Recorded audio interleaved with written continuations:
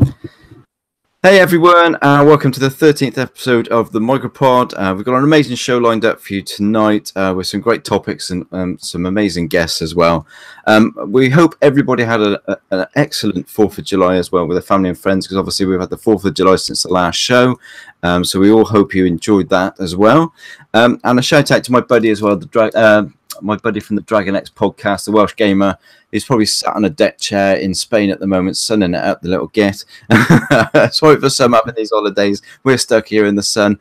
But saying that, we're not doing too bad in the UK at the moment either. What with the sun and England getting through to the semis, we're pretty happy at the moment.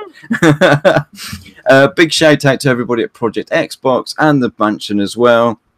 If you aren't a member of those groups on Facebook and you're a big Xbox supporter, then those are the groups to go to. Also shout outs as well to my fellow YouTubers, probably even in the comments section as I speak, but I haven't looked at the chat yet. Big shout out to UK Dazarus, T Reaper, Direct Gaming, Elite Gaming Guru, and a new YouTuber I found in the last week or so called Xbox Beyond the Box. And it's a good example of a YouTube channel that doesn't have to have high production values and doesn't have to rely on big intros and that. You just need passion for gaming and Xbox to do a good channel. And if you haven't done so already, go and check them out because they do great stuff. Also as well to my fellow Cheltonian William Ellis as well. I know he's a great supporter of all the podcasts, etc. So a big shout out to you, buddy, if you're there.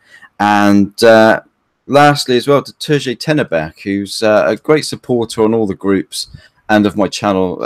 He does a lot for my channel, so I really do appreciate you, buddy. You're a good mate, so I wanted to give you a big shout out as well. I'm going to be doing this more often at the start of shows. I think it's important to get it out there. All these YouTubers out there that don't really get they don't get as recognized as they should do. They put great content out and they're not really getting the recognition that they deserve, and the views and the supporters, the subscribers. So I will be doing this every podcast now, getting great YouTubers out there and recognized. And at the end of the show, I'll put all the links to the channels at the bottom as well. Time to introduce the panel. As I said, we've got some great guests. We've got some the usual guys here as well. Unfortunately, the Shermanator and Hebot could make it with us this evening. Hebot is hosting a graduation party for his daughter, so I hope he's having a great time with his family and his friends, and congratulations, as we've already said in the past, but congratulations to his daughter for her graduation. And Sherman is most probably staring at the instructions at the moment of a flat pack kitchen unit, because I know he's busy at home building his wife a new kitchen. Oh, an IKEA. I don't know whether they have them over there, but I'm sure he's scratching his head right now looking at a flat pack and bits. They might be cheap as well. And he's doing that for his lovely wife, Keeley. I hope I pronounced that right. Kelly, Keeley. I think I have anyway. But yeah, I hope that kitchen's going well, buddy. I really do. But yeah, we've got an amazing panel tonight, as I said before. So if I introduce the regular panel members that are here this evening first. So I'll start with you, Del Poy, mate, if you want to introduce yourself, buddy. Hello. Yeah, it's Del Poy. Just want to give a shout out to Project Xbox and the DX Mansion, and also on a side note, something that got me this morning was waking up and hearing the news about Steve Ditko, absolute comic book legend, passed away. Absolute shame, but he young in there, he's in his 90s, and if you don't know who Steve Ditko is, he helped create Spider-Man and a lot of others with Stan Lee. So yeah, my inner geek sort of cried today. So, yeah. Sorry about that. No, I didn't know that. I haven't looked at the news, so I didn't see that. Yeah, he passed away. Yeah. And Andy Mack, mate, our resident ciderholic. If you want to introduce yourself, buddy. Ciderholic. Good evening, people. And tonight, like always, I've got some tunes. We'll go straight to the host of the show. Oh yes. And we will play this one, which, if you haven't heard the banter in this week's Twitter, you will love this one. Here you go, bro.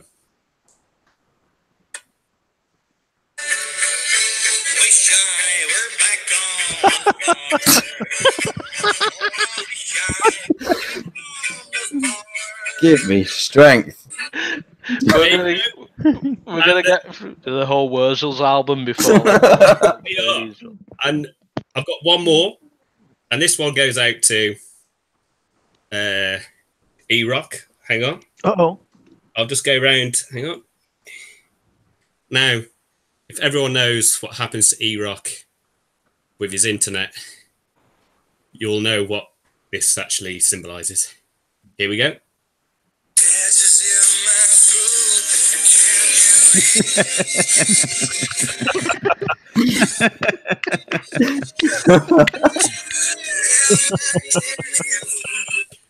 Does that one? Very good. Very nice. And this is a special one.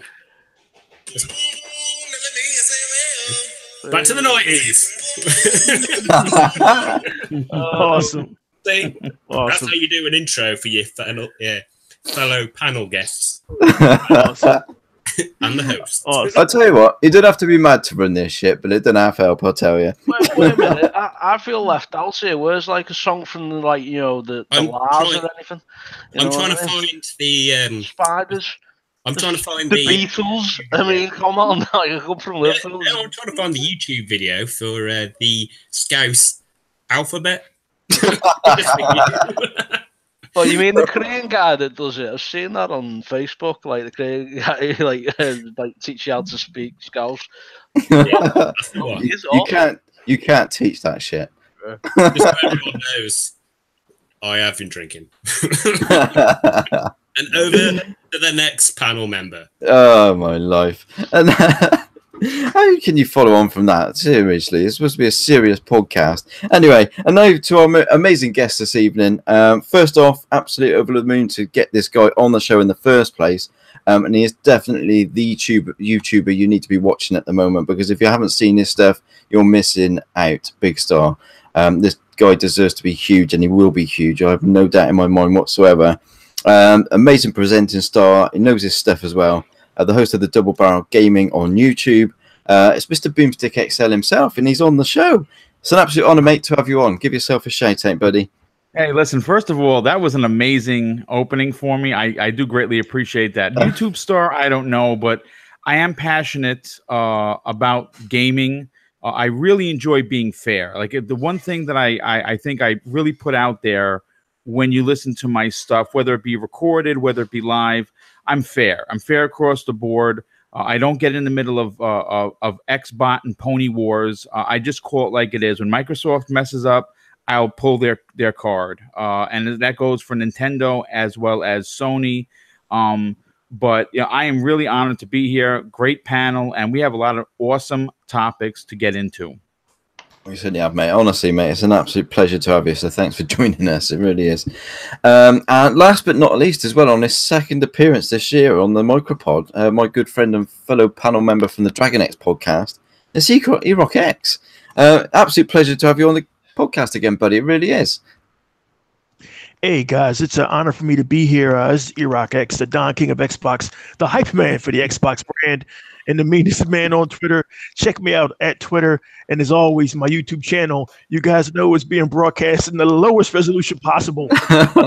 Check it out. You know, like, hate, subscribe, do whatever. Let's go. Let's get started.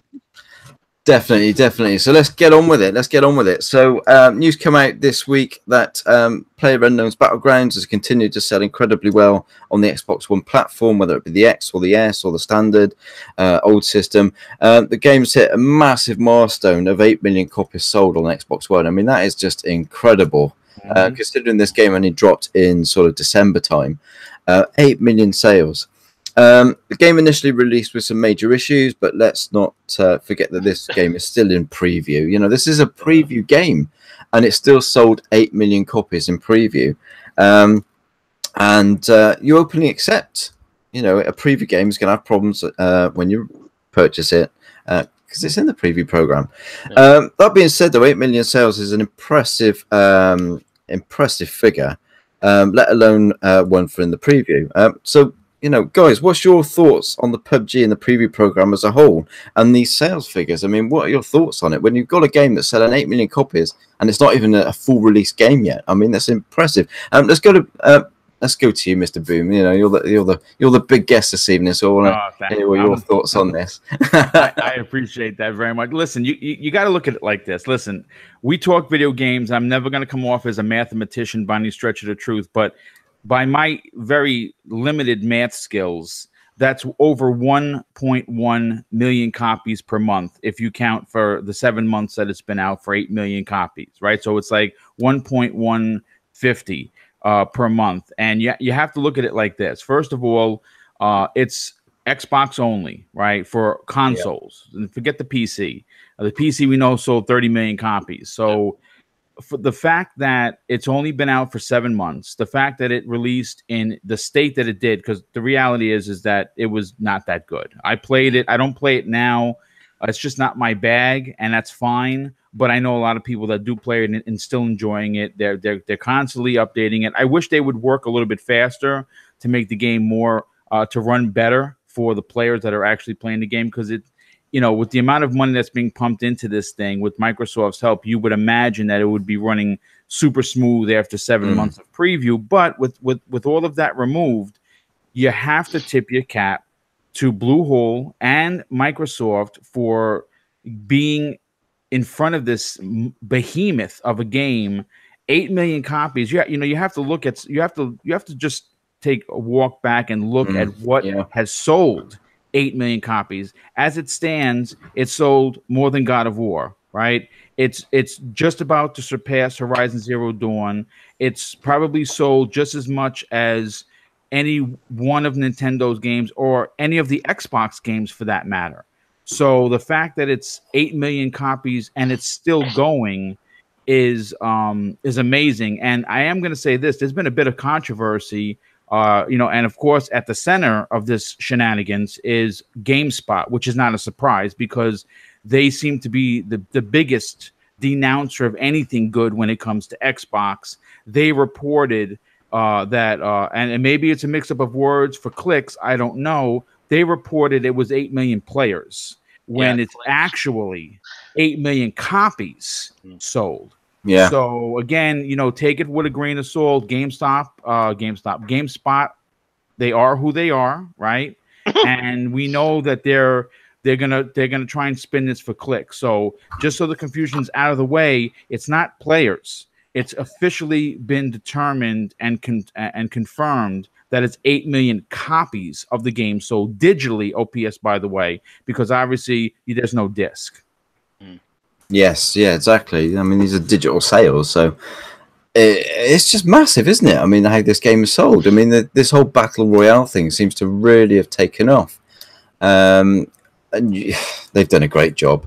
I think Microsoft did the right thing by backing this game the way that they did, and I think it shows really how powerful the preview program is. I think it's an amazing thing that Microsoft did, adding this preview program, and people are backing it. People are obviously supporting it. Yep, definitely they are, and they've done it with We Happy Few as well. I mean, people jumped on that as soon as they could. They were there. Erox, what are your thoughts on this, mate? How are you seeing the 8 million sales on PubG and the old preview program? I think it's fantastic. First question I have to ask is, can you hear me? Yes. We can hear you. We can hear you. Okay, all right. Listen, I think I think it's fantastic, man. I mean, the last couple of years, Xbox has taken a beating from the media. It's taken a beating from haters. It's taken a beating from PlayStation fans who we could spend all day talking about just how odd and weird they are. But I mean, just congratulations to the studio that made PlayerUnknown's Battleground. I mean, once again, like you guys said, this is a game that's in the preview program, and it sold 8 million copies. I mean, I'm sure there's heads exploding in the Sony Defense Force right now because they just not to get off topic. And if I get off topic, please help me get back on topic. I was on YouTube today, right? And I was commenting on how there's this game they've got coming out with this Japanese swordsman. I forget the name of it. It's the Ghost of Tsushima, I think it is. Yeah. Mm-hmm. absolutely beautiful. So I just commented that, man, this looks really, really gorgeous. And you should see all of the venom in the comment section about, oh man, look at the graphics and look what's on Xbox, PubG, and look at all this. And people just do not, that cult over there just do not understand that many different people play many different games for many different reasons. And yes, power does not mean everything when it comes to games. But sometimes you have a phenomenon like Fortnite or a phenomenon like Players Unknown Battlegrounds where everybody's just coming in, playing and having a good time. Once again, this news, part of a continuing 6 months where Xbox has just been, there's been this paradigm shift, as the Shermanator would say. It's unbelievable, man. 8 million copies. It's testament to the fact that Xbox knows what they're doing. People buy the software on Xbox, and the Xbox brand is not dying. And I would never dare to disagree with Mr. Boomstick, but in a way, he's right. Yes, Xbox has lost the hardware sales numbers, but I think when it comes to the mind share, and when it comes to their people, their customers being satisfied, Xbox has won. Xbox, we're not on YouTube constantly taking shots at PlayStation. We're not losing our minds every time they announce that a PlayStation game sold a certain amount of copies. I think Xbox is just doing an excellent job. And Player Unknown's Battleground, congratulations. Just amazing this month. Great news. I love it. No, it's great, and I think it's always been this way though. I mean, I love this to everybody, but I've always found, not looking at it as from a fanboy sort of perspective, but Xbox gamers do seem to buy more games than the PlayStation gamers, and I don't know why that is. Considering the amount of numbers of consoles that are sold, the difference in console numbers, we do seem to buy more games, and I don't really understand why that is. Apparently, we don't have any games. That's why. Yes, that's correct. We have no games. Literally nothing. There's nothing to play. I wish to God that was true, but they're not. Well, that's the excuse I constantly hear. Like, Jesus. If that was the case, I wouldn't be sat there for 45 minutes every day deciding what I'm going to play next. Exactly. I'm sat there looking at over me 300 games in my library, thinking, bloody hell. Yeah, exactly. And then every month, Microsoft give us another 4. For God's sake, stop giving us free games. I've got enough trouble playing what I've got. Dale, what's your point? What's your point of view on this? I mean, have you got PubG? I'm not sure. Yeah, of course I have. Yes, you have. I was the hype man for it when it was coming out because I watched it on PC, I was watching it stream. Yeah, so I remember now. Nearly every single night, up until release, for months. I was so looking forward to it. Now, when it did initially launch, yep, it had a ton of problems. Even on the Mi X, which I've got, the Xbox One X. Excuse me. Some of the buildings weren't loading in. They did have a lot of issues to try and iron out, but it was preview. I mean, I'm a great supporter of the preview program. I bought We Happy Few when it first came out as well. I can't wait till I add updates to the full game because that game is crazy. And the thingy, PUBG though, it's just it's one of those things it makes you want to play another game. It's you just right, I'll have one game. But on the plus side of things now, where it's got to, because I actually came off it for a couple of months, just thinking it's a bit too laggy, it's rubber bandy, I can't do this, it's not, I can't get a hit detection, it's off. I come back to a couple of months later, all that's ironed out, so it's very polished now. It runs smooth. It really does. The only problem I have is in the menus. Sometimes it goes a bit iffy, but other than that, as soon as you land on the ground, the game is smooth as butter. But I've noticed that I think they've down the resolution a bit, so they can actually get the FPS locked. But even that, it still looks like a great game anyway. I mean, at the end of the day, there's a lot of so-called really professional players on that who basically turn the settings down to really low on PC so they can't see any grass or anything, so they can spot people to pick off. basically cheating. But you know, to actually play the game now, you wouldn't recognise it from when it first came out. Yeah, no, I must admit, when I put it on last week, I was very surprised at how it even looked like, to me, it even looked like the graphics had been improved. But it was certainly yeah, it was. Anything. Yeah, and I mean, I have tried playing it the month before on the Xbox One S downstairs. That was a different kettle of fish. I mean, I was getting on the base hardware. It seems that they're still like struggling with that. I mean, it will get there, but I mean, they down the res a bit. I think they might have locked it at 2K. To be honestly, to be honest with you, I think it's locked at 2K because it's still got all the extra like textures and everything in there. So yeah. But either way, like, I mean, 8 million is just, it's insane. But when you look at the 30 million that it sold on Thingy, like, and given the time difference, like, we could see this game by the end of this year, like, you know, fairly do, like, what, about 15 million? I think they're saying that this game, it's in the top 10 biggest selling all time now, isn't it? In the top 10. And also, you got to think about it. It's in preview, and it's also only like, you know, well, over here it's 25 quid. It's a cheap game. Yeah, it's sold that many copies. So yeah, I mean, listen, by clear math, it's just on the Xbox. It's made $240 million.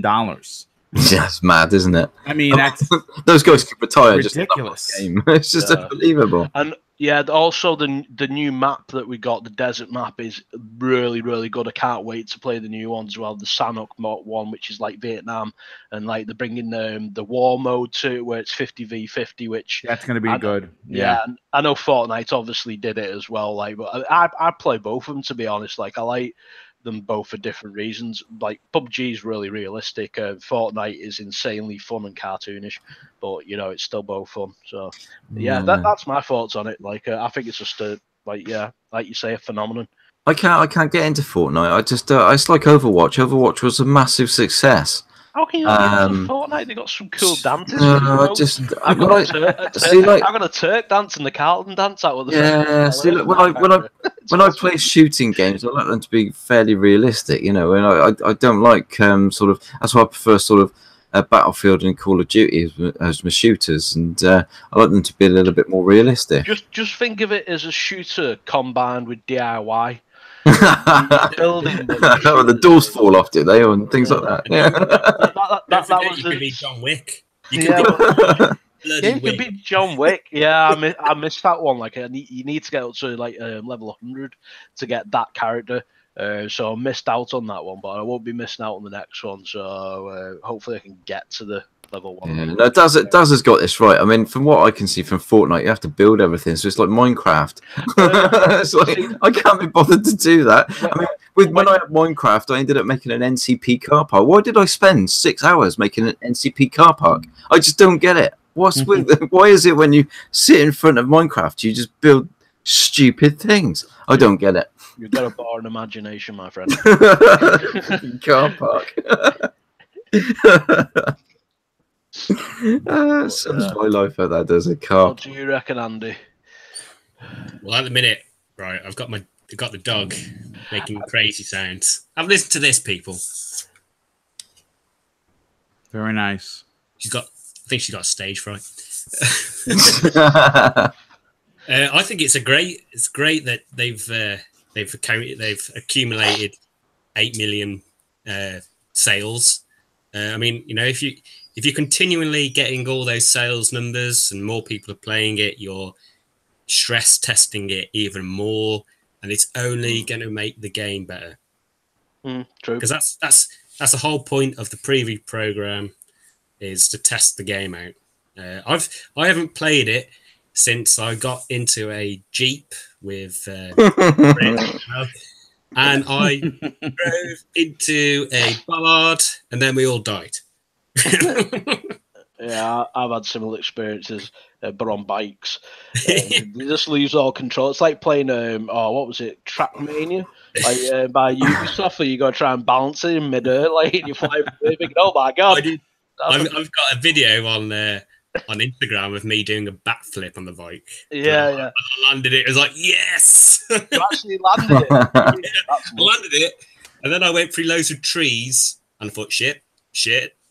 Oh shit! There's a rock. I got through it, and then I got killed. Those rocks come out of nowhere. Yeah, they do. They're a with vehicles. I haven't played PubG for a while because you need to get back on it. We need to get on it again. We do. It's improved. It's well improved now. Well, I mean, from what I thought, was I not in the game with you and Welsh Gamer, Andy? Went my last. Yeah, that was the time that you decided to just drive us into a brick wall, and then I was like, "What is he doing?" Is this a Jeep moment? It's a massive field. We've got a massive field. There's one building, and he manages to hit it, and I'm like, "What the hell are you doing?" Hey, it's not my fault. We got ambushed. It's physics. It's called the laws of attraction. You know what I mean? It's like two natural objects. Hey, we see nothing. Just have a look at my profile pictures. Normal people don't get ambushed by buildings. I mean, that's no excuse. Yeah, you shouldn't really trust him in the car. Like, even in the game, he's drink driving. You know what I mean? So don't drink and drive, people. Hey, you can't get done on the game, you idiot. Yeah, you're not going to get like a guy from Blue Hole coming round and giving you a breath test. You know what I mean? Yeah, can you please insist yourself? You know what I mean? Oh my god. Anyway, are you done then, Andy? Are you done with that? I was going to say, I haven't played it for a while because this time of the year, my hands are more prone to aching. I mean, at the minute, my index finger is that stiff. Every time I move it, it wants to like click. Basically, springs back and shit like that.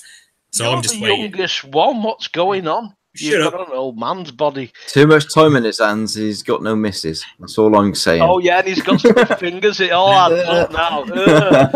Hey, leave it alone, man. It'll fall off. It's called riding my motorcycle up and down the country. Is that the euphemism? No. And that's not what she said. It all comes back to that. Oh, dear I'm just waiting for the new Elite V2 controller. Yeah, I sure want that. And then I can enjoy competitive gaming again because it's going to be a lot more easier. Yeah, of course I am. And I'm proud of that. Oh, my life. Anyway, well, whilst we're talking about PlayerUnknown Battlegrounds, sort of segues into our next topic, really. With Battle Royale games being the hot potato at the moment, and they're incredibly popular. Rare studio head Craig Duncan and design director Mike Chapman were asked about Sea of Thieves getting a Battle Royale mode and whether there was a possibility of that happening. I can hear Del groaning. And this was during a recent interview with Game Informer. Both are obviously aware of the phenomenon that is the Battle Royale mode, but weren't sure how that they could possibly implement that into the Sea of Thieves sort of aesthetic, I suppose, whilst keeping the unique Sea of Thieves experience. You know, what are your guys' thoughts on a Battle Royale mode with Sea of Thieves? I mean, I could imagine if they could do something like, I mean, Fortnite's Battle Royale, that's a separate game mode, isn't it? Is it like a separate game mode on Fortnite? I haven't played it. You got Save the World mode, which like I originally bought like the game for the Save the World mode. I bought like one of the Ultimate Founders packs, like because I wanted to back the game because I'd heard about it years ago. Because it was 6 years in the making, and then you just added it on afterwards. So. Right. So, you know, that being the case, then I mean, they could put a mode into Sea of Thieves where you all start at the edge of the map and you all have to gradually work to the center, and so it could be a separate game mode. I mean, that's my thoughts on it. They haven't confirmed anything. They've just said that, you know, it's something that they could possibly look at. So, I mean, what are your guys' thoughts on it? We'll go to Boom first because he hasn't spoken for a while. I mean, what's your thoughts of Sea of Thieves getting some kind of Battle Royale mode? Do you think it would mode? I'll put my teeth back in. Do you think it would work? Do you think it would suit the style of game? You know, here's the thing. I think the Battle Royale mode is a slippery slope, okay? And we have to be real cautious. You know, first of all, when new trends or fads come out, it seems like everybody just wants to jump on board. And I from a business perspective, I absolutely understand. But you know, at the same time, you have to look at what we know that's coming, right? We have what we have already, and now you have Call of Duty coming out with one. Yeah, Battlefield's coming out with one. Ubisoft has already confirmed that they're working on one for Ghost Recon Wildlands, and that's kind of what they're working on in the background.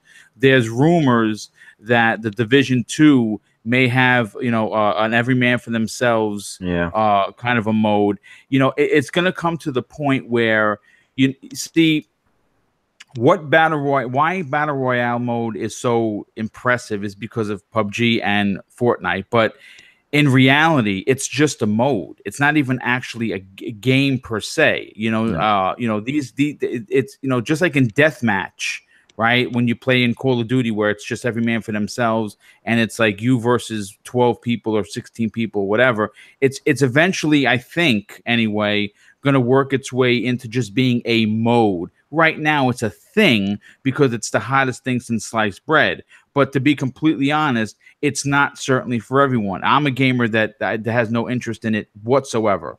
I like single player experiences. I do multiplayer. Titanfall, Destiny, The Division. Those are my kind of multiplayers. The 1v99 other people, I could actually care less. And like I said, I bought PubG to support it. I played maybe about 4 hours of it. I probably wouldn't go back. I've played Fortnite a handful of times. I just think that it's eventually going to wear out its welcome. If everyone starts doing it, then it becomes not impressive anymore. You know, only because only a few people are doing it right now, and it's the only game in town, so to speak. I mean, you do have H1Z1. You have something that just launched on Xbox. That's a battle royale mod. I think you're all prisoners, and it's like so there's a few of them, but I think it's yes. I to me anyway, in my opinion, it's getting a little long in the tooth. And it's only just started. So I don't know how much longer it has, how much gas is left in the tank. But if everyone does it, I think it's going to get played out real quick. Yeah, no, I think what you're saying is perfectly right. And it is a game mode. And it's just purely down to the fact that PubG, that is the game. You know, that's why it's a smaller game. That's why it's a lower price game, is because that is the game. And it's just basically one mode. It is no different to Search and Destroy on Call of Duty or Team Deathmatch or all those game modes that you have in there. Free for all. Yeah, free for all, that sort of thing. That is what it is, and PubG has been extremely successful because it's been that one game mode, and it's been a game mode that has appealed to people, and it's been successful. Fortnite's been extremely successful. Now companies like the Call of Duty crew and the Battlefield crew are cottoning onto this, and they're thinking, oh, we really need to do this as well, and they're advertising it. Is it going to stay popular? I don't think so. I mean, it's something it's a fad. I think people will lose interest in it. PUBG is normally the go-to game for this game mode, as is obviously Fortnite. You can tell that just by the user base on those two games is massive.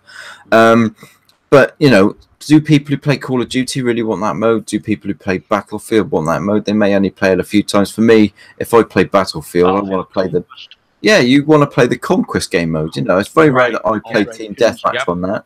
The game mode for me on that is Conquest, and with Call of Duty, my game mode is either Search and Destroy or Team Deathmatch. I'm not interested in that. My game mode on that is not installed.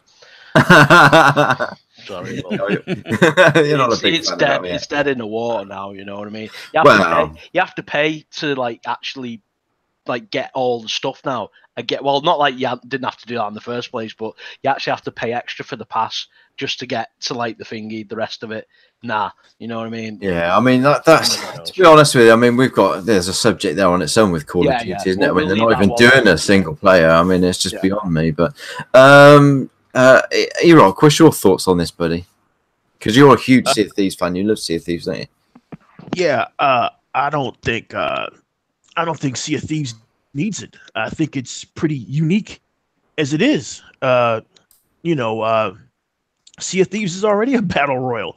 I mean, you if you're playing by yourself or with a crew, you bust your ass to find some treasure, find some items, and 9 times out of 10, before you make it back to the first port to trade your items in, somebody's trying to attack you or take your stuff. and then somebody's trying to attack that guy. It's already every man for himself. I really don't think they need to go down that avenue with a battle royal mode. I gotta agree with everybody on this panel that it's been done to death.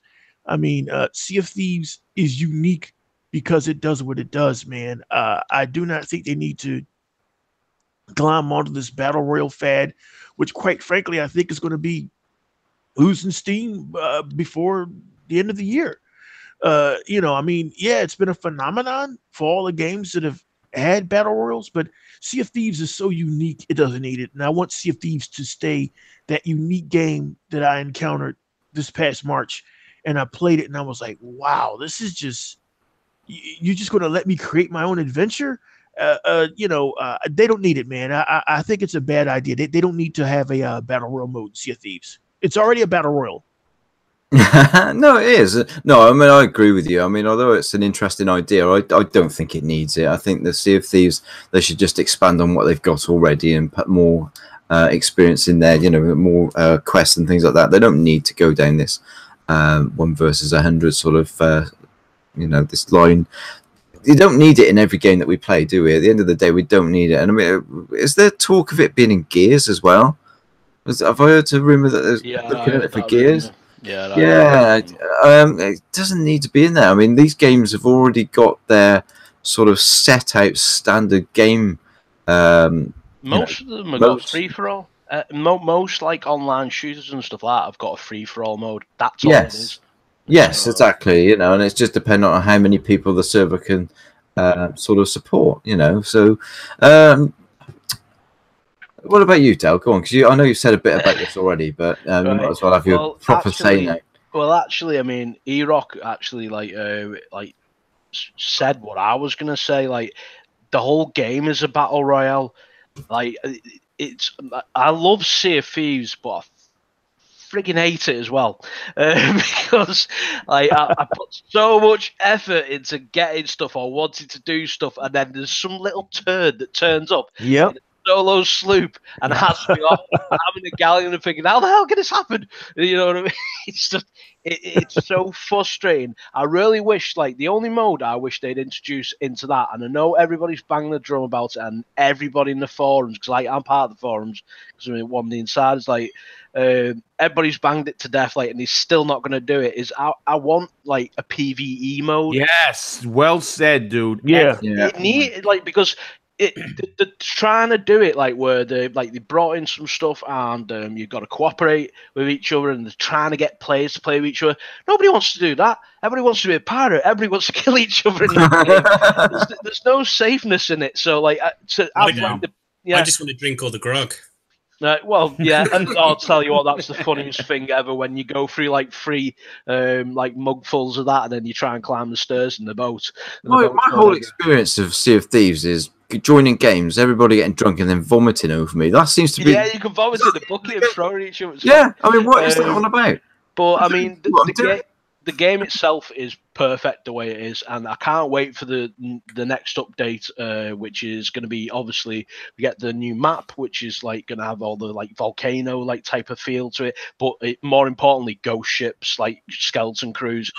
It's going to be sick. That's what I've been waiting for. Oh, we also get the little rowboats that come off the side of the ships. We get a free man boat as well.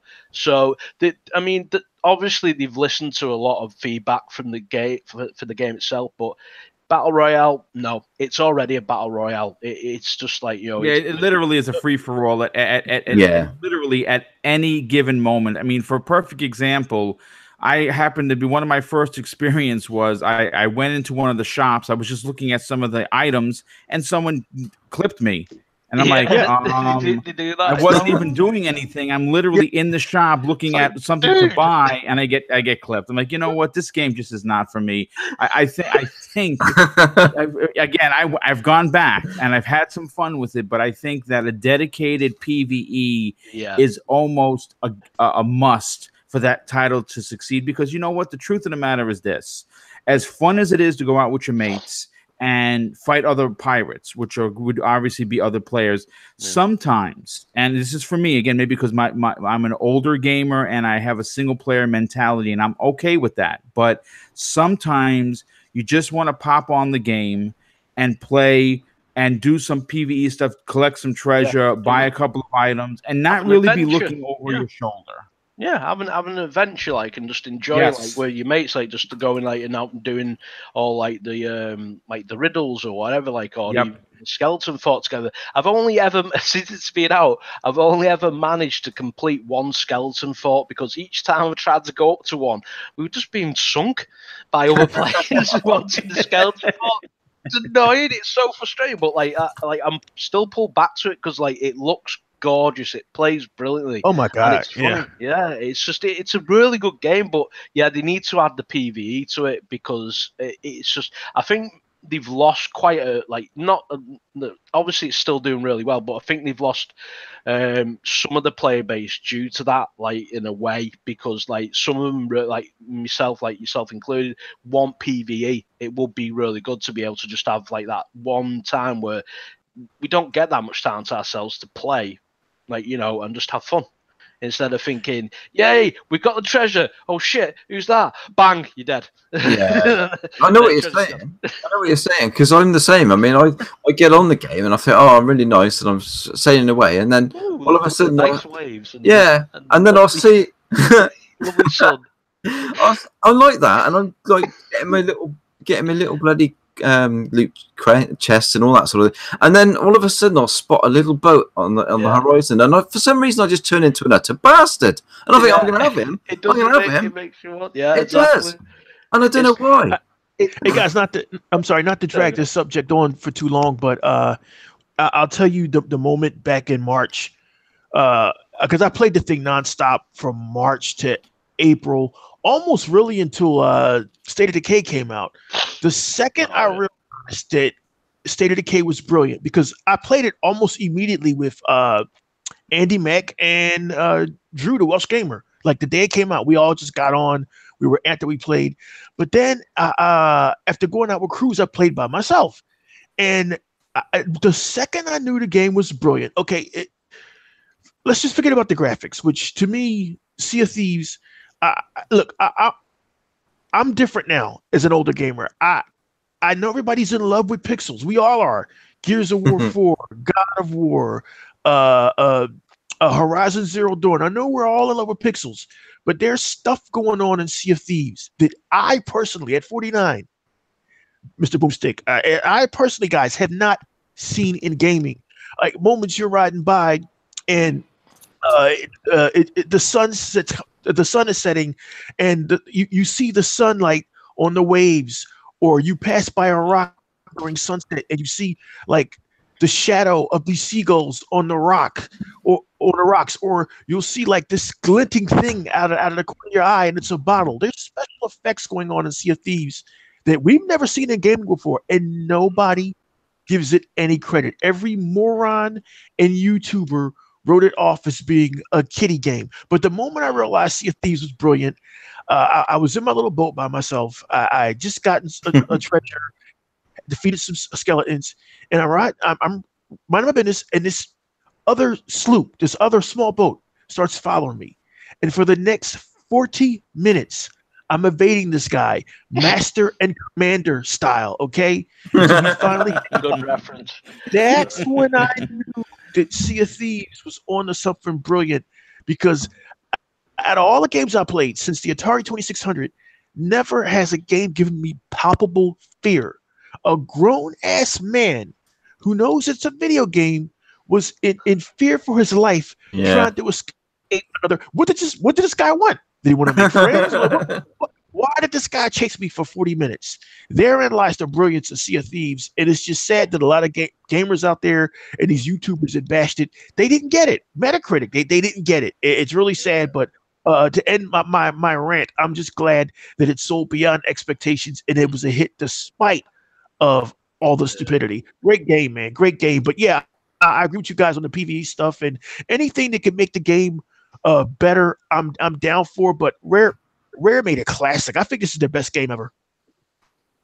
Yeah, I think I agree with you, mate, to be honest. I mean, like, The first game I ever played was Pong. It was basically like 2 sticks on a screen and like a little ball. It was. And that was it. Yeah, You know what I mean? So yeah, I totally agree with your sentiment with what you say. Like with the actual we're living in a golden age now. Like, yeah, I mean, it harkens me back to that old saying, like, they don't know they've been born. You know, the kids these days. Oh, No, they don't. You know, they just don't realize where it came from. I remember like playing Batman on. I think it was the Atari as well, and it was all like different colors, and it was like, you know, it's proper. Oh wow, that game was pixelated. You look at it now and you laugh, but back then it was like, oh, this is brilliant. You know what I mean? Like Galactus and stuff like that. It's like, yeah, it's come so far, unbelievably fast. To be honest, yes.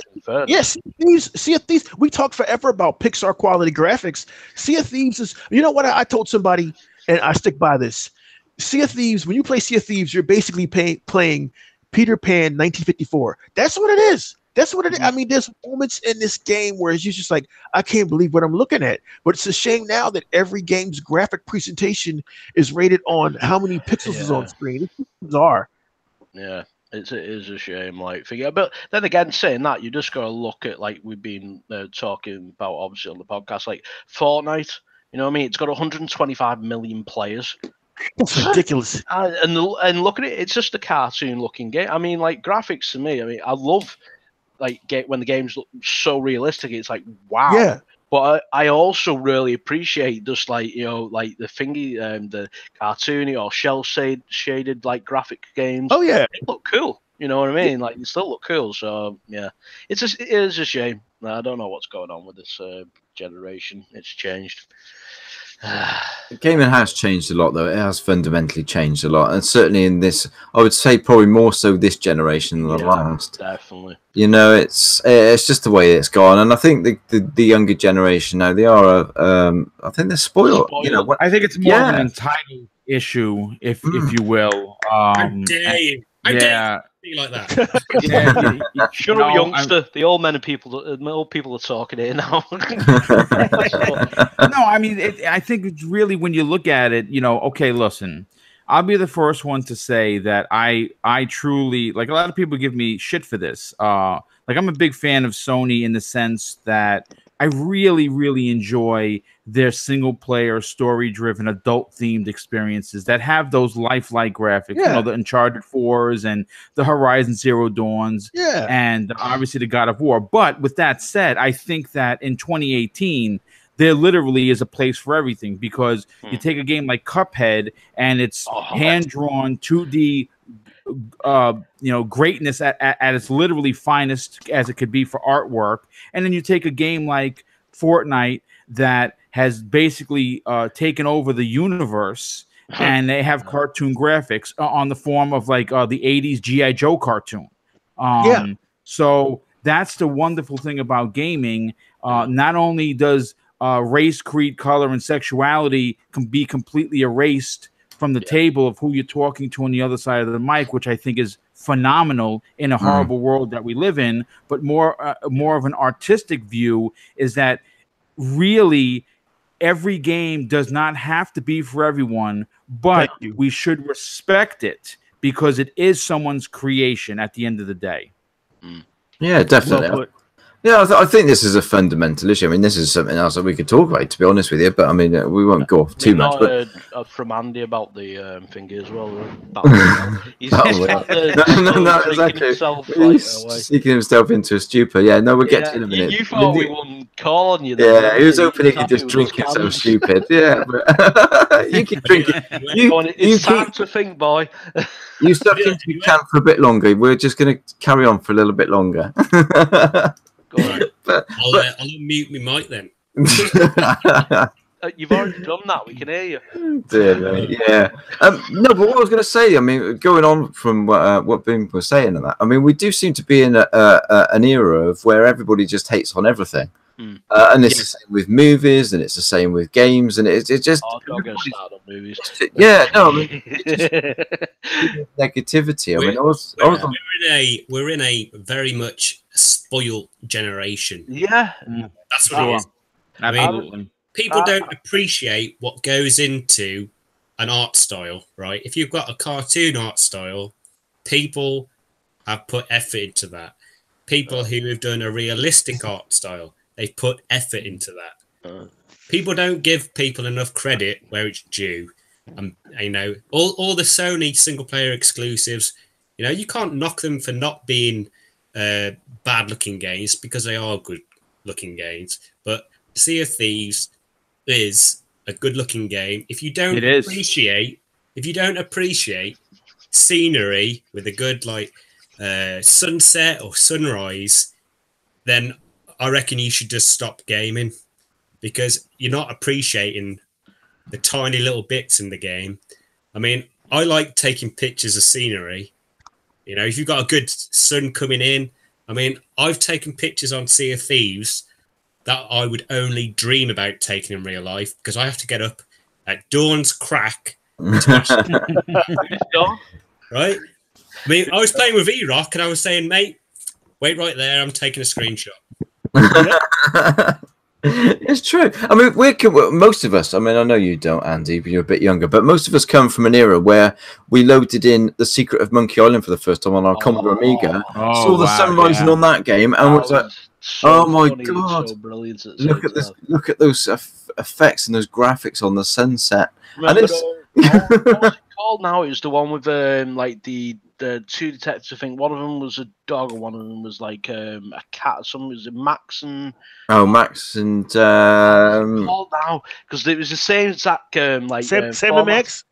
Yeah, that's Yeah, the one. that's Sam and it, Max. Sam and Max, Yeah. yeah. And oh man, those games were brilliant. It's like the click and point, well, a point and click adventure. Sorry. Yeah. Like, I mean, that game, I'm not kidding you. I mean, I had that on my Commodore Amiga, and that game come on 20 floppy disks. People moan about the fact that they've got to use a CD. That come on 20 floppy disks, that game. And it was like, and you didn't care. You're like, insert disc 2, insert, and they were never in order. You didn't go in order. It was like, insert disc 18, and then insert disc. Never mind that. We had to load our games from cassette. Before that. Yeah. We had to listen to a fax machine noise all the way through it. Don't know the ball. You ever go in the back and just like wind it up like one of them old cars? People moan about taking 40 seconds to load a game up. We used to have to wait 40 minutes. Yeah, seriously, and that is no lie. Even like to listen to that fax machine noise for ages. Oh my God. And then you had to turn the tape over and play the other side. It sounds a bit like me with the PlayStation 3. Every time there was a system update, it was like, oh, I'm gonna have to wait an hour for this. I've only got 5 meg broadband. Dial up. I remember time before, like even before we had like internet, it was just like, you know, we were starting off and we were like, basically it was a time when I'd say piracy was an all-time high, because you could just pass over stuff and just get it copied like right there and then. Like anything could be copied, and playing Worms and Lemmings and stuff like that. Yeah. R for piracy. Anyway, we're getting well off topic here with guys. We're just getting into our usual we're reminiscence mode. Can I give my 2 cents and then we can move on to the next one? We'll go over to you now, mate. Can you remember the question? I can actually. It's one of my many gifts. Yeah, you can read what he read. He wrote down in the messenger chat. No, I haven't got it up. Oh, okay. 2 fingers at you. I have, just in case, to be honest. Right, go on. Shh, quiet.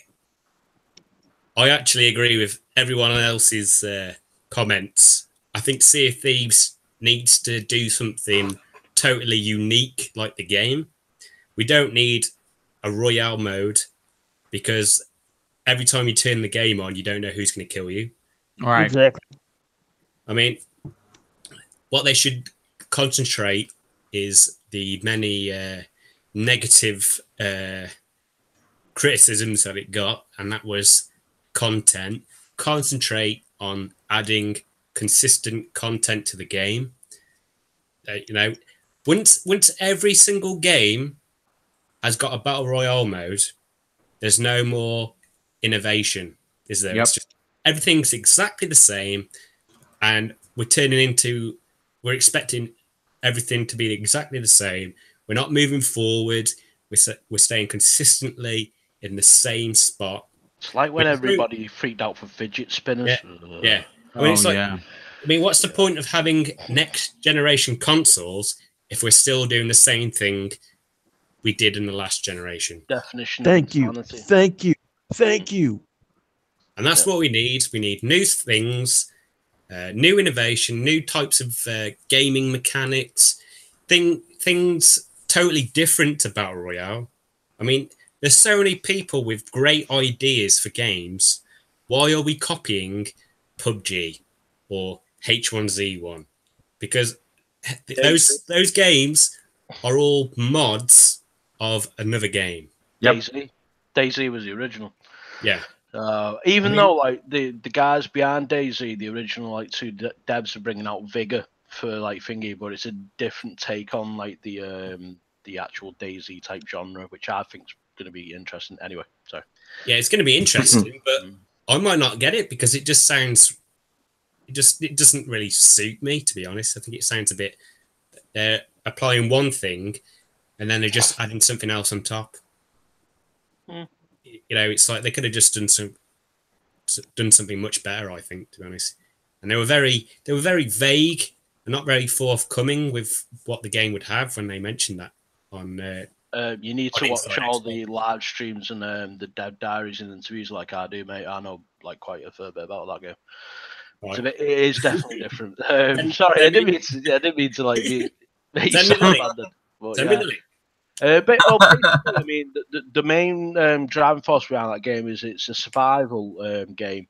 You don't have to actually engage in battle. In fact, it's more beneficial to your character if you don't, because what you want to do is you want to get loot, take it back to your main base of operations, which nobody else can get to, and you build up like your actual base.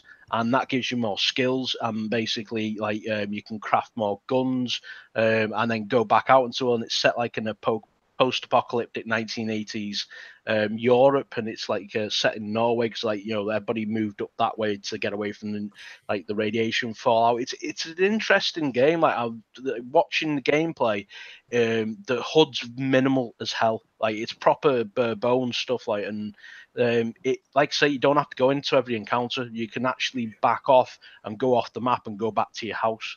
Like, if you get to the point where you can get to like the thingy, and it has airdrops in it, so it's got the essence of the DayZ like thingy, like, you know, the DNA in it, but they twisted it a bit round, which I think's interesting. I'm gonna buy it. Like, but I buy most of the games. The game preview. It's like Fable Fortunes. There's another one I bought. Astroneer. There's another one I bought. So I want to support the games, but yeah, I mean, fair play. Like, I mean, people are gonna get bored. You know what I mean? It's just going to be done to death, and yeah, they do need new ideas. Anyway, sorry.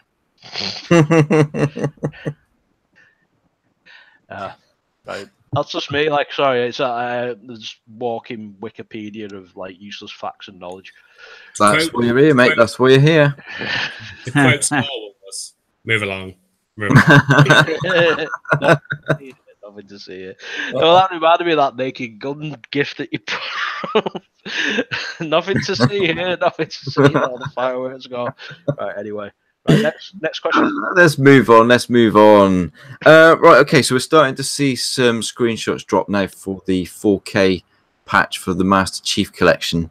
I sent you links to this earlier on. Actually, I'm hoping all you guys have seen this. Yeah, I've seen. Now, I mean, they're looking staggering. I know we're going on about pixels and they're not needed, and I know this is something that I've talked about. But the Master Chief Collection it's the ultimate collection for an Xbox fan. I mean, we're talking Halo. I mean, it's the biggest franchise on the Xbox. It was what got me into Xbox in the first place. Was the first Halo. Most people that remember buying the OG Xbox were brought into it. I actually still have the clear green Master Chief Special Edition. Right. Yeah, I have it in storage with the clear green controller. Wow, that's gonna be. That's if you put that up for sale, like, a lot of people. You know what I need? I need a man cave where I can display all this shit. That's what I need. I'm currently trying to work something out for my own, so I'm working on that. But we also know that more updates are coming to the Master Chief Collection as well.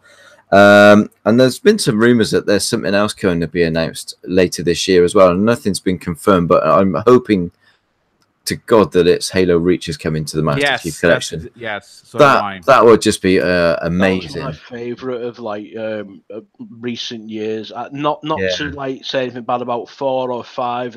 No. The Reach after playing 3 was amazing. Like, and I didn't touch ODST, which I still need to play. That's a fantastic title, dude. That's really good. Yeah, it's so worth your time, and for a game that is in the Halo universe, it's so not Halo, because it's just you. Yes, the ODST, like, and it so it's like more based on like the grunts, if you will, like. I mean, Halo Reach was, for me, the story and just the gameplay. It was fantastic. I love that. Well, it was Bungie's last hurrah, so to speak, and they really. Man, they really put some love into that game. Yeah, no, they did, and I mean that's one thing, you know. I mean, why is it still missing from this collection? So I mean, you know, nothing's been confirmed. That's started with Bungie. Yeah, well, you never know, do you? I mean, hopefully, and we'll find out later this year. As I say, there's this rumored announcement coming this year. Nobody knows what it is going to be. I can't imagine it's going to be another new game on top of Halo Infinite. So hopefully it is that Reach is coming to this, you know, this updated Master Chief collection that they're doing. I mean, we all know that. I mean, the original release of the collection was just a wash of bugs and issues. I mean, the launch of that title was just horrendous. We were all looking so forward to it, but when it came out, I mean, it was months before you could even find a game in any kind of decent time. But, you know, I mean, with this massive update that's coming, they're saying that they're bringing more updates to the game. They're updating it to the 4K with HDR for the Xbox One X. You know, is it time now that we forget all of this and actually revisit the Master Chief Collection and give it the love and respect that it deserves? Because, I mean, it was a fantastic package. And, I mean, if that would have been perfect on day one of release, I mean, you know, it would have just been a dream come true, wouldn't it? But, I mean, this is the ultimate collection. For sure. But most definitely. So, you know, and 343 have really put some love into this game now. And this 4K patch looks amazing. Yeah, it looks stunning. Even the Halo CE, you know, the original Halo looks absolutely amazing. So, you know, the question's there, you know, do we feel that now's the time to go back to this game? You know, what are your thoughts on the Halo Master Chief Collection, Boom? I mean, I'm assuming you've got this. I mean, most yes, of course, absolutely. First of all, right, sitting literally to the left of me, within reaching distance, should I need it, I have a replica of the energy sword. So if someone goes to try and mug me or something, it's going right through them. And it's real steel. It's one of my wife gets me some of the greatest gifts. And behind me is literally a shrine to Master Chief. I happen to be a tremendous Halo fan, and I think that there's a couple of things that are really good that are going to happen. One, I agree 1000% with you. I think that Halo Reach is going to be the announcement. I think we're going to get a 4K 60 update on that game. It's something that I will play literally as if it's brand new. I really enjoyed Reach. I thought it was a really strong story, typical Bungie, literally at their finest. But what I think is even more exciting is right now, Game Pass is proving everyone wrong. And I don't mean everyone like the guys on this show. I mean that everyone that was a naysayer, like, well, this, you don't really need to be the Netflix of gaming. This is ridiculous. Because I've been playing Game Pass like it's going out of style. And I picked up 6 months for $30 just the other day on Amazon. It was a sale. So, I mean, I don't know if it's still going, but 6 months of sale. Yeah. I mean, I've been playing Human Fall Flat, right? So it's a game that you probably wouldn't play. And it's in there. And what I'm referring to really, before we get crazily off topic, is that Halo Master Chief Collection is going to be in Game Pass. So for everyone who doesn't own it and is considering, hey, maybe I should just put down the $10 and see if I like it, this is gonna be a I don't want to use the word system seller, but it's gonna be you know, a service seller, if you will, because in this collection, you literally are getting every game redone in complete 4K goodness from top to bottom, and regardless of which one was your favorite, you can just dive right in. I mean, logistically, you could play this game for 6 months and not get through everything. Oh, You God, know, no. you know, Easily. and if they throw Reach in there, which, like I said, I think that it's almost inevitable. I mean, I would be foolish to even think that it's the only game that's not in the collection, right? So it's, you know, it's, you can Makes almost sense. guarantee that it's going to show up in there. But yeah, you're right. This is a collection for Halo fans, but I think it's just this is a kind of a collection that when you think about what's in there, it makes you smile to be a gamer. Like your inner gamer just smiles because there are no other collections like this. And Master Chief, listen, I know there's Mario's, and I know that there's Kratos, and I know there's Nathan Drake's, and there's Link's, but there's something special about when you say the Master Chief. He holds such a candle to everyone else. It's unlike any other character I think I've ever come across. It's just staggering, the history of Halo. I mean, it really is. I mean, the gaming history, and as I say, I mean, Halo and that music was that was the thing that got me into Xbox it was the thing that got me into Xbox in the first place. I mean, I was quite a despondent PlayStation 2 owner at that point. And when I walked into that game store to have a look at what came out that week for the PlayStation 2, I ended up walking out with an OG Xbox and Halo. And I haven't looked back since. And to have all this together in such a polished package, which hopefully by the time all this is done, I mean, it's good now. I mean, I've been playing it this week. I've been going back onto the Master Chief Collection and doing some multiplayer, and I've been loving it. And it's been playing really well, and it's finding games. Whether there's so many people playing the game at the moment, I'm not sure, because I had trouble finding some swap games. But, you know, the large battle game mode, I had no trouble finding games on that whatsoever. Big team battle is probably my favorite. Yeah. I mean, it was awesome. I do like the swap mode though, because I do like the fact that I can kill somebody with just a single headshot. I haven't got to put 2 clips in them, but it was great because it's just all there, and it switches between maps from Halo 1, 2, 3, and 4, and you can, you know, it randomizes between all there, and you can select the net. It's just excellent. I'm really looking forward to the update, to be honest with you. I think it's just going to look incredible. Erok, what's your thoughts on the Master Chief Collection and the 4K updates, buddy? Man, just another game getting updated on a console that supposedly has no games. I mean, wow, like wow, what's going on? But I mean, you know, that's huge, man. I mean, I never had an opportunity to get into the Master Chief Collection. Just the space needed to download the game on your hard drive alone is just ridiculous. But I mean, for those who never played the game, and if you have the hard drive space, I mean, if I had the hard drive space, I do believe that the Halo Master Chief Collection, is that on Game Pass? It's not gonna yet. be. Yes, it's gonna be when they re-release it. I mean, that's a no-brainer. I mean, to have those Halo games on your hard drive in one collection, and now with the 4K improvements, that's a no-brainer, man. This is why, to me, Xbox is winning, because Xbox is just fan service. It's just fan service nonstop for their customers. Like, it's just awesome news, man. That console just keeps on winning, keeps on getting better. Yeah, definitely, and it continues to get better. I mean, this year has just been a massive coup for Xbox this year. It's just got bigger and bigger, and the momentum behind them. And whilst this is going on, Sony is shooting themselves in the foot, so it's just making it even better. So yeah, no, it's been a good year for Xbox, definitely.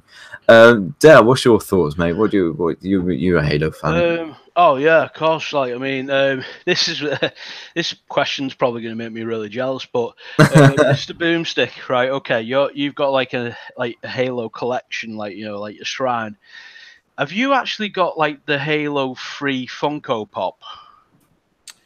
I have a few of them. I don't know if I have that particular one. Oh, right, okay. I was going to say, because that one, right, I want to buy it, like, because I collect Funko Pops, but that actual one, like, costs about 500 quid over it, because it's holy creepy. Yeah. Wow. It sells the same over in the States as well. Like, I mean, obviously not £500, but what it converts to. But yeah, that one's very, very rare. the Halo 3 one, because I've got like Cortana and like the red and blue Spartans, and I just want him to finish my collection. But anyway, yeah, I mean the Master Chief Collection when it came out, yeah, it did have obviously its issues, which was a pain, but like it's just really great to have like all those like games in one collection. And now that you mentioned it, when you said like Reach is the only one that's missing, so does that mean that ODST is in there? Yes, Yes, I believe ODST was put in last year, I think. Where have I been? I've missed out on this. Oh, right. Okay, I'm definitely playing it then, because like that's the one I missed out on. That's the one I missed out on. But, they added that for free for all the products that have been launched. So right. Okay, well that's me definitely like playing that then. But yeah, I mean I like how they took the current attention to like, you know, not only address the issues they had at launch, but to continue. See, this is the thing, like they're continuing to actually like give us extra.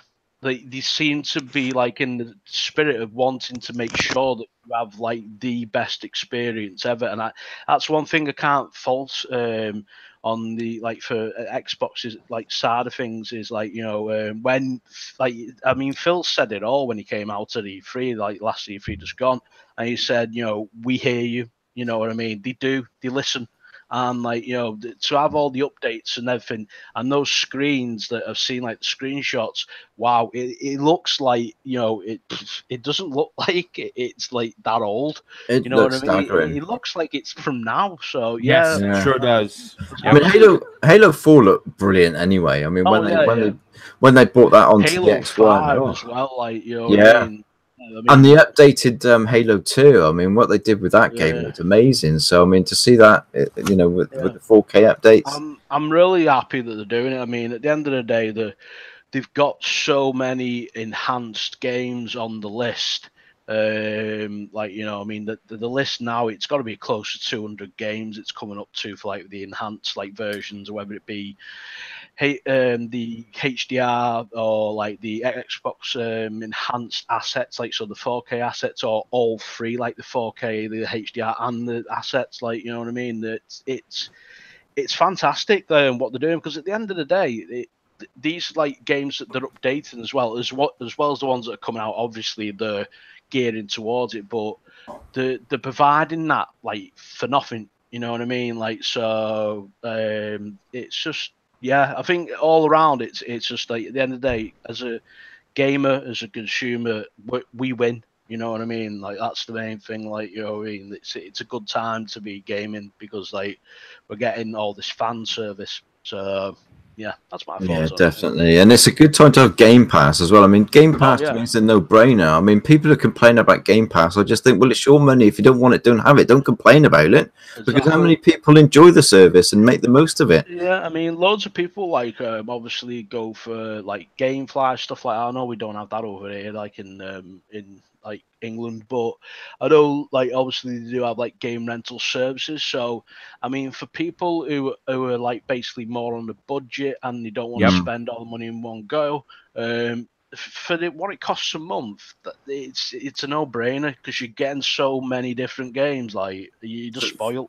Yeah, if you're savvy, you could go on eBay, and I did this prior to me getting the 6 months. I went on eBay and I searched out someone selling a 3-month code. I paid $12.95 for it, an automatic email to your thing. 3 months, $12.95. So if you're savvy, you can find the deal. And talking about, and I know we're talking about the Master Chief Collection, but Warhammer Vermintide 2 is coming out on the 11th. That game is $40. If you want to buy it. It's like Left 4 Dead in medieval times, and guess what? It's in Game Pass day and date. I've got the first one. I'm actually like a big Warhammer fan. I actually went to the Games Workshop store in Liverpool when I was a kid, when I was growing up, and I used to play tabletop games. Oh, wow. So I grew up on that. So Vermintide, the first one was really good. So I think the second one will be really good. I'm just waiting. I mean, the one thing that annoyed me, sorry, I'm getting off subject there, but the one thing that really annoyed me is the brought out Deathwing, which was basically a like done version of Space Marines on the Amiga, and it came to PS4, and it's like gone to PC as well. But they said it was for Xbox, then they just cancelled it out of nowhere. It's nowhere to be seen, and they still haven't said why. That's one thing that's really pissed me off. Anyway, that's my Space Marines was great. Yeah, well, that's what I mean. On the Amiga, like, it was a turn-based game, like, and you could remember you moving through like the ship's thingy, like, and it was such a good game for the time, and obviously it was worn on, but yeah, that's still not, that's still left a sour taste in my mouth. I don't know why I did that. I need to get some mints, But I've got the beta for what was it, Vermintide? I can never remember the name. Yeah, Vermintide. Yep. Vermintide. Yeah, I've actually got the beta for that. I got that yesterday. I think I've installed it, but I haven't had a chance to look at it yet. But I will be. And looks stunning on the X. Yeah, I mean, a Game Pass game. I won't have to buy it. It's on the Game Pass day one. It's a no-brainer, and I was a massive fan of the Left 4 Dead games. I really want Left 4 Dead 3 to come. We need Left 4 Dead 3. It was the first game to receive the Xbox One X enhancements on the Games of Gold. It was, yes, yeah. But it looks amazing. I am going to say this. You know, we talk about, it's been hard for Xbox fans. And, of course, it's been hard for Halo fans because, Halo 5 didn't hit on all marks. I mean, I'll be the first one to admit it. I just beat it a couple of months ago because the story just didn't do it for me. But I still beat it and whatever. But how smart is Microsoft? The E3 comes, right? They blow our socks off. They open up the show with Halo Infinite, right? The music, the graphics, the new engine running. And, we know Halo's coming. We don't know when Halo's coming, but we know that it's coming. But then, as well as, Game Pass is kind of starting to become the rotation. It's starting to work its way into the gamers' hearts. And then they're going to drop this 4K bomb on the Halo Chief Collection, literally invigorating the franchise. Like I said, it literally works hand in hand with what they're trying to do, and putting this in Game Pass is just a phenomenal move on their part. Yeah, no, so the Game Pass really is. I mean, when they first announced it, I thought this is amazing. I mean, because people just stepping into Xbox, and there's still people even to this day are either switching or they're just starting in gaming and they're coming to Xbox. It's a fantastic opportunity for them to get in there and have 100 games on day one. Well, more than 100 games, and it's for parents that's a godsend. They don't have to spend the cost of a console plus 3 or 4 games now. They can get them on a console, and then is the Game Pass, and they've got all these games straight away, and all of the exclusives, all the Microsoft games are there at day one, and that is an amazing thing. And as I said, I mean, people do complain about Game Pass, but I don't understand why, because at the end of the day, it's a service like Netflix, and if you don't want Netflix, you don't subscribe to it, do you? But people feel the need to complain about it because it's to do with gaming, and I don't understand why. It's very bizarre gaming these days. It is a very bizarre thing. Right, who have I not gone to? Erok, have I had your point of view on this? I have, haven't I? Yeah, Andy. I think you have. I think it's just to Andy now, isn't it? I think Andy's in. Yeah, left. It's just so quiet with this tin of Thatcher's at the back there. It's making out with this gremlin. I love it. Can you repeat the question? Oh my God! It was basically, were you impressed with the 4K visuals on the Master Chief Collection based on the information that an incredible host has presented to us? Well, no, I think it's shit. Next question, damn it. My Xbox journey started with towards the end of its life with the 360, and I bought the Master Chief Collection for the Xbox One because I didn't have Halo 1 or 2 or 3, so I bought Master Chief Collection.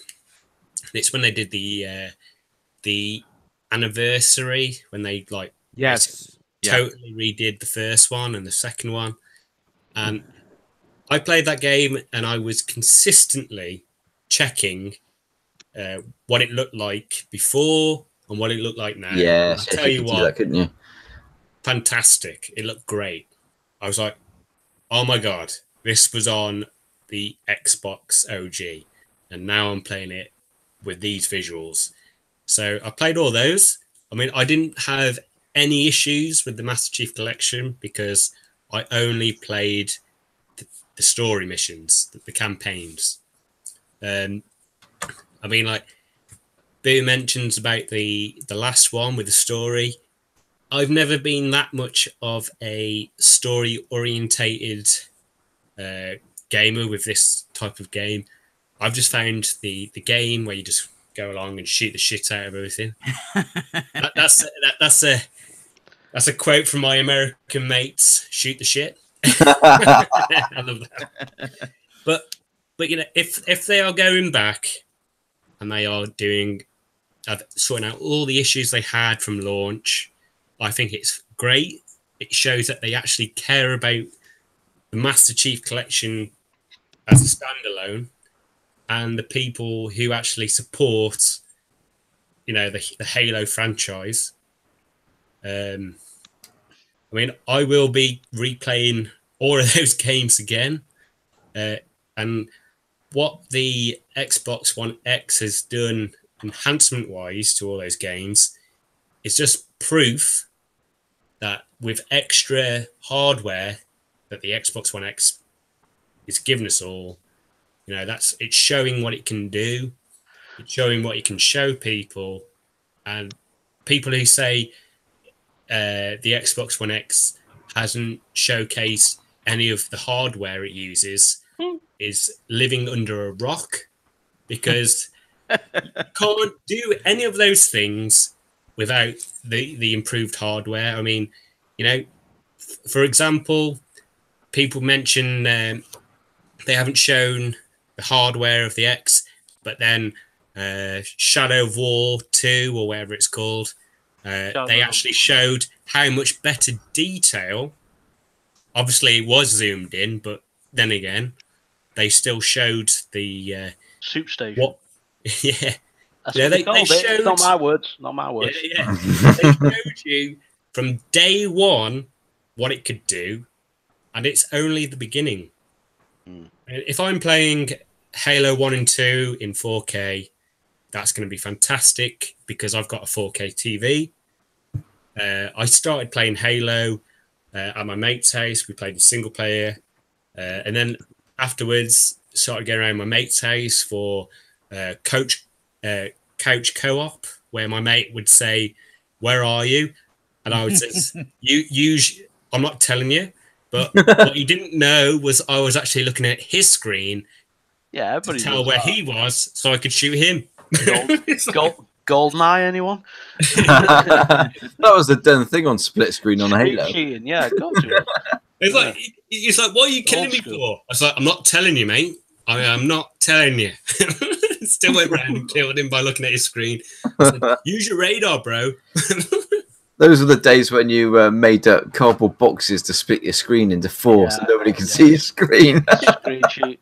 But I think it's great that they are revamping it, and if they add Halo Reach, I think that's fantastic. I mean, you know, you can't have a Master Chief collection or a game that puts so many Halo games into one sort of software thing.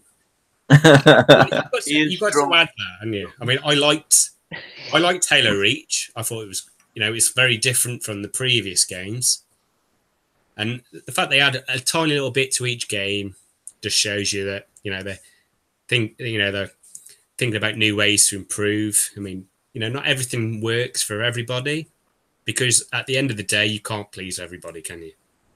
No, that's very true, and you never will. Not in gaming, anyway. Exactly. Not in gaming. You will never please everybody. Nope.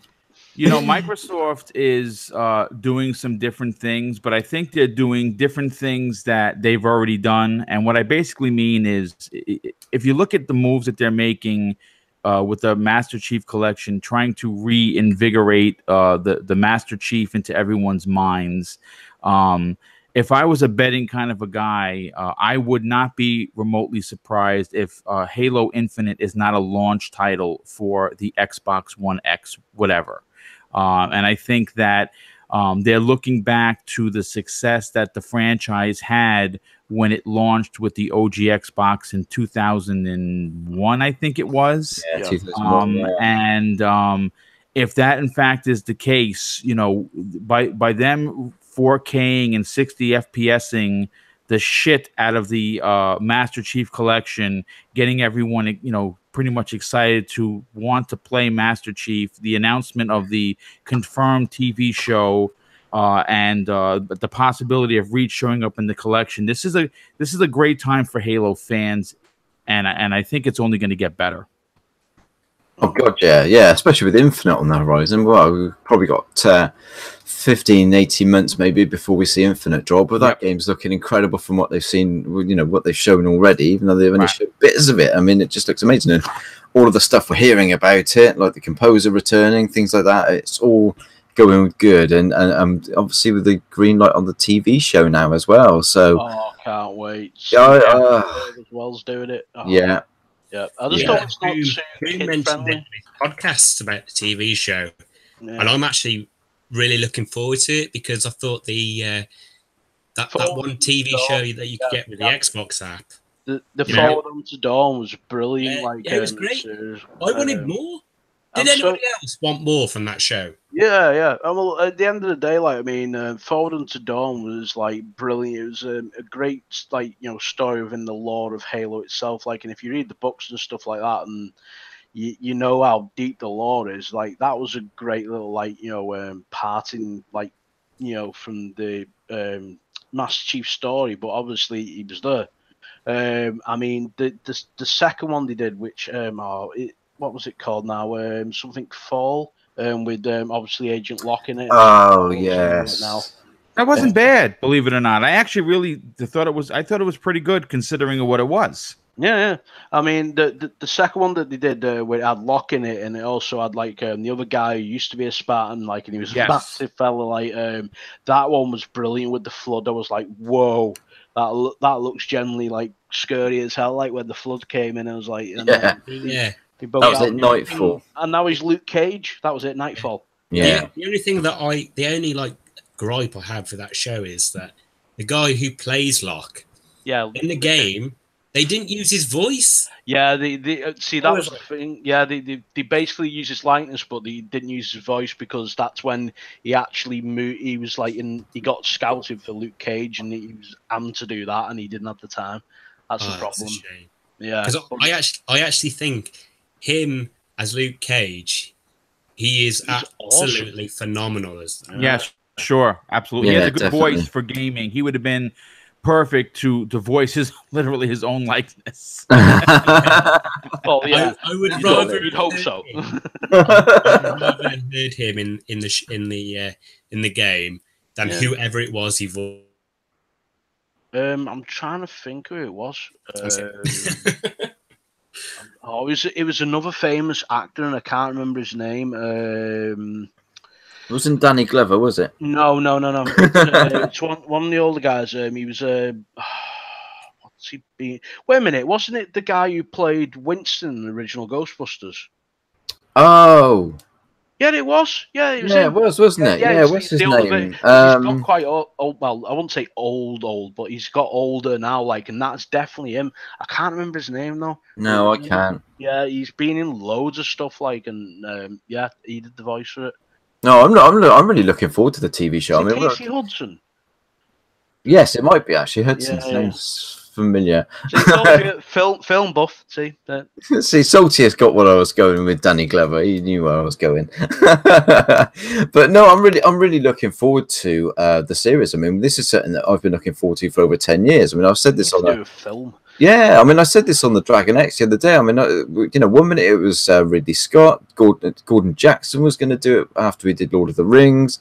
Ridley Scott was involved, Steven Spielberg. You know, we've had all of this stuff going on about Halo being made into something more, and it's always sort of fitted out. It's never happened. I looked up who played Agent Locke for the voice. It was Ike Amandi. Oh, that's the one. Yeah, that's who played. That's basically IBM that I'm getting it from. So. Sorry, I got that wrong. I thought it was the guy who played Winston out Ghostbusters, but yeah, No, that guy. If you look at his filmography, he's been in a lot. He's done quite a few bits. So we were right with the Hudson. It's only Hudson, so good one. On Flip, check that on there. Google. Good man. Actually, whilst we're at it, let's just give some shout outs to people in the chat as well. So you've got some right dodgy characters in the chat tonight. You've got Saltiest Gaming. I mean, who's that? For his sake, he sounds salty. T Reaper's there. Some dodgy bugger called Andy Matt. UK Dazarus is there. He's doing a good job moderating the chat. He's good at that. So we put him as a moderator this evening. Good on him. Cheers for that, buddy. Who have we else? We got Stinking Corpse. That's an awesome name. It is, isn't it? Yeah. Joe Sinister's there. That's like proper death. Awesome. Brilliant. Dean X78's there again, mate. Cheers for your support. You're always there, so we do appreciate it. Going through. Where are we? I've said T Reaper. And we got Double Barrel. We've got double barrels, and Alien Raider as well. He's a fellow Charltonian like myself. Good to have you in the chat, buddy. And DJ Singh as well. He's always here. He's always he certainly is. Good dude. He's great dude. And Xbox All In as well. Good to see you in the chat, mate. And Xbox 448's dropped in as well. Look at that. We've had a busy night in the chat tonight, guys. We've had a very busy night in the chat. It's great to see as well. It's nice to see the old, people having a conversation whilst we're having our chat. They're discussing it themselves in the chat whilst listening to us, and we're getting involved as well. It's always good to see that. Salty says to unblock him as well, Boom. I don't know what that's all about. I just said that. I'm actually sending it like I'm blocking. I have to look now. That's ridiculous. He's had too much salt in the week, and you've just thought, nope, laying off the salt. I think he's getting worried because he has got. Oh, Michael Monkey Punch 77's just joined the chat as well. Good to see you back, buddy. But no, Boom. I think Salty's been blocked on Microsoft. He can't send text messages and voice chat, I think, on his Xbox at the moment because he put the word. He sent a message with the word "fuck" in it, and he's. I got nervous. And wait a second. I know Salty personally, and I'm like, what just happened? What do you mean I blocked him? He's joking, but no, he's been blocked on Xbox. I don't know how long his ban's for. Can I ask a question for the panel, right? Yeah. Has anybody watched Saltiest Gaming's videos, right? Yeah, he puts out good stuff. No, you watch it, right? As soon as that intro comes in, every time I hear it, I want to go out clubbing. It's high energy, isn't it? It is awesome. I start sort of doing little box, big box as it's doing. Yeah. I mean, you want to go out and buy some glow sticks? Anyway, we do appreciate everybody supporting the chat and watching the podcast. So we do appreciate it, as we do every time we're on. But anyway, let's move on to our next subject now, because this is one that we've been trying to cover for the last 3 podcasts, and it's always been the one that's been left out, and it's one that is quite important, and it's important to Dell as well. So we're going to bring this up anyway. So what is it? The mental health, the World Health Organization have now classed gaming addiction as a mental health condition. So they're now saying that if you're addicted to gaming, it's a mental health issue, and many people have got different ideas on this. Personally, I don't think that it is a mental health issue. I think it's rubbish. I want my opinion. No, it is. I mean, to me, it's no different to alcohol addiction or gambling, or even a drug addiction. People have got these people do get addicted to things, but to come out and say that gaming is a mental health condition is just utterly ridiculous, and it's opened the door as well. I mean, there's been people taking the piss and using this as a joke thing as well, which is ridiculous. I personally don't agree with it. I think it's absolutely ridiculous, but I just want to know what the panel's thoughts on this whole thing is. I mean, I've wanted to get this in the podcast for quite some because I think it's an important subject. It's something that needs to be talked about. I mean, Boom. I mean, you've already openly said that. You know, just saying then it's crap. But you know, I mean, what's your thoughts on it, buddy? I mean, what do you make of all this? You know, it really does make you scratch your head when it comes to using what's up there. Now I have seen some silly things, and I wish someone would listen to me and let me classify this as the most ridiculous thing I've ever heard. First of all, mental illness, when I think of it, and being someone who is in law enforcement, I have had firsthand, up close and personal experiences with mental health issues. And they're classified as what we would call them, police jargon, EDPs, which is emotionally disturbed people. Now, obviously, there is a huge array of different classes when it comes to mental illness. And I got to be completely honest, coming from a professional, job that I did for over 20 years, I don't put in the same category as gaming addiction to any of the other mental illnesses that I've come across. I think that if you, everyone, like you said, gets addicted to something, but I think that for me anyway, this is a crutch for society, because it's only a matter of time before people start trying to collect welfare because they're addicted to gaming. And I know that this might be really a quick left turn, but you know, people who have mental illness that can't work obviously are funded by the government, whichever country they live in. The government somehow steps in to help them, and because of the way humanity is everyone's looking for the shortcut or the quick buck, so to speak. I can only imagine for someone that's standing on Social Security saying, I'm addicted to playing Mario Brothers, pay me. And that's unfortunately what I see. I think that this is a really bad mistake for the world organization to classify gaming, something that is supposed to be a pastime, as an addiction. I think it's rubbish. That's just my opinion on it. No, I totally agree with you. I mean, when are we going to get to the point where they, when are we going to get to the point where the World Health Organization class everybody that digs their head into their mobile phone every day as an illness? You know, Yeah, I mean, people spend more time on their mobile during the day than we do as gamers. You know, I mean, it's ridiculous. You see them walking down the street and they can't even take their face away from their phone. Then they're walking into lampposts. You know, you don't see gamers doing that. So yeah, no, I agree with you. I think it's complete lunacy. But what about you, Erok? I mean, what's your thoughts on this one? I mean, a bunch of bullshit. I mean, here in America, every August to February, there's a dude dressed as a polar bear with a Vikings helmet on, with "Go Team" written over his boobs, out in 30 below zero weather, cheering on his favorite team. But I have a problem.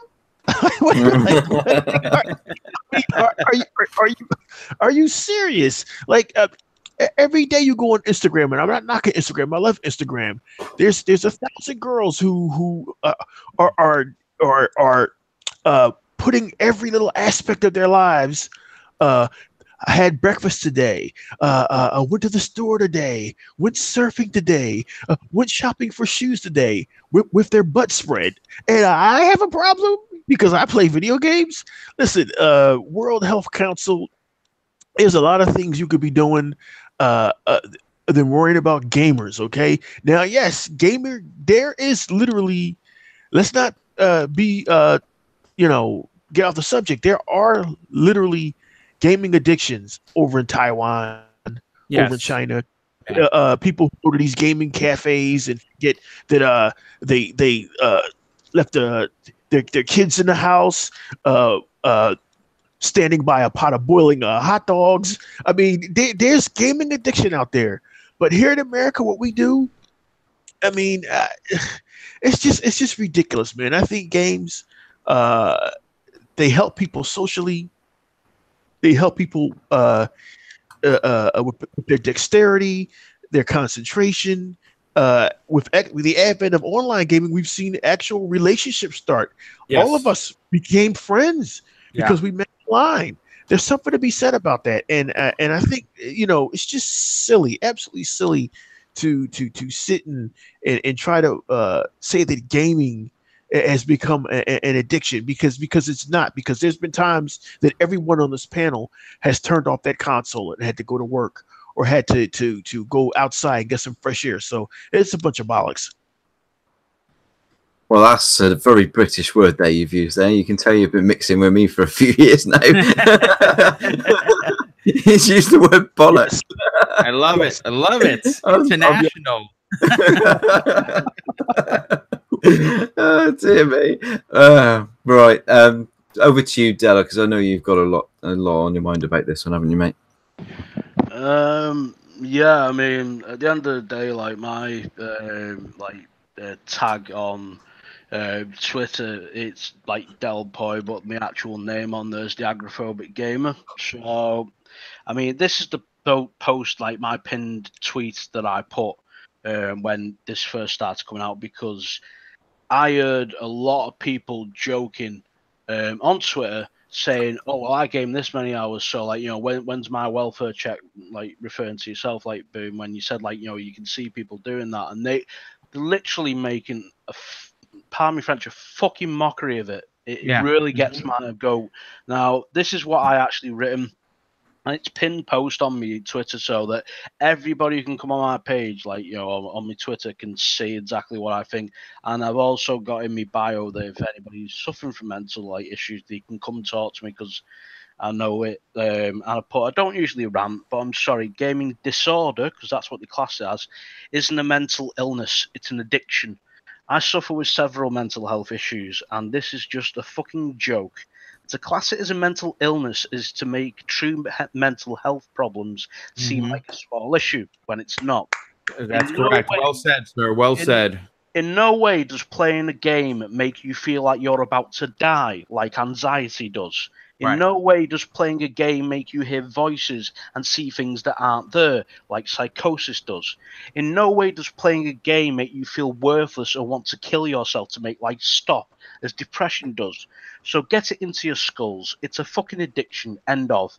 I'd love for people thinking they're experts on this to come and live a day in my brain. It's exhausting, it's scary, and all I want is it to stop. But I can't stop it like switching off a plug on a computer. That's simple. Because like at the end of the day, like I've suffered with mental health issues all the way through my life. I have several, and to see it classified as such is an absolute slap in the face. It's insulting. There's so much stigma out there. People, as soon as you say you've got a mental health problem, the first thing people jump to is, "Oh, is he going to stab me? Is he going to kill me?" You know what I mean? They think you're a fucking lunatic. I'm sorry, maybe there is people out there who certain sociopaths or certain people with schizophrenia that you can't control because they don't take the proper medication at times.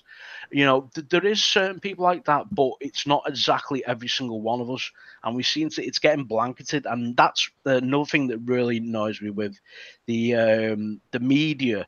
As soon as say a gunman goes on a rampage, obviously a white gunman, they say, "Oh, he's got mental health issues." No, he fucking doesn't. He's just an idiot. You know what I mean?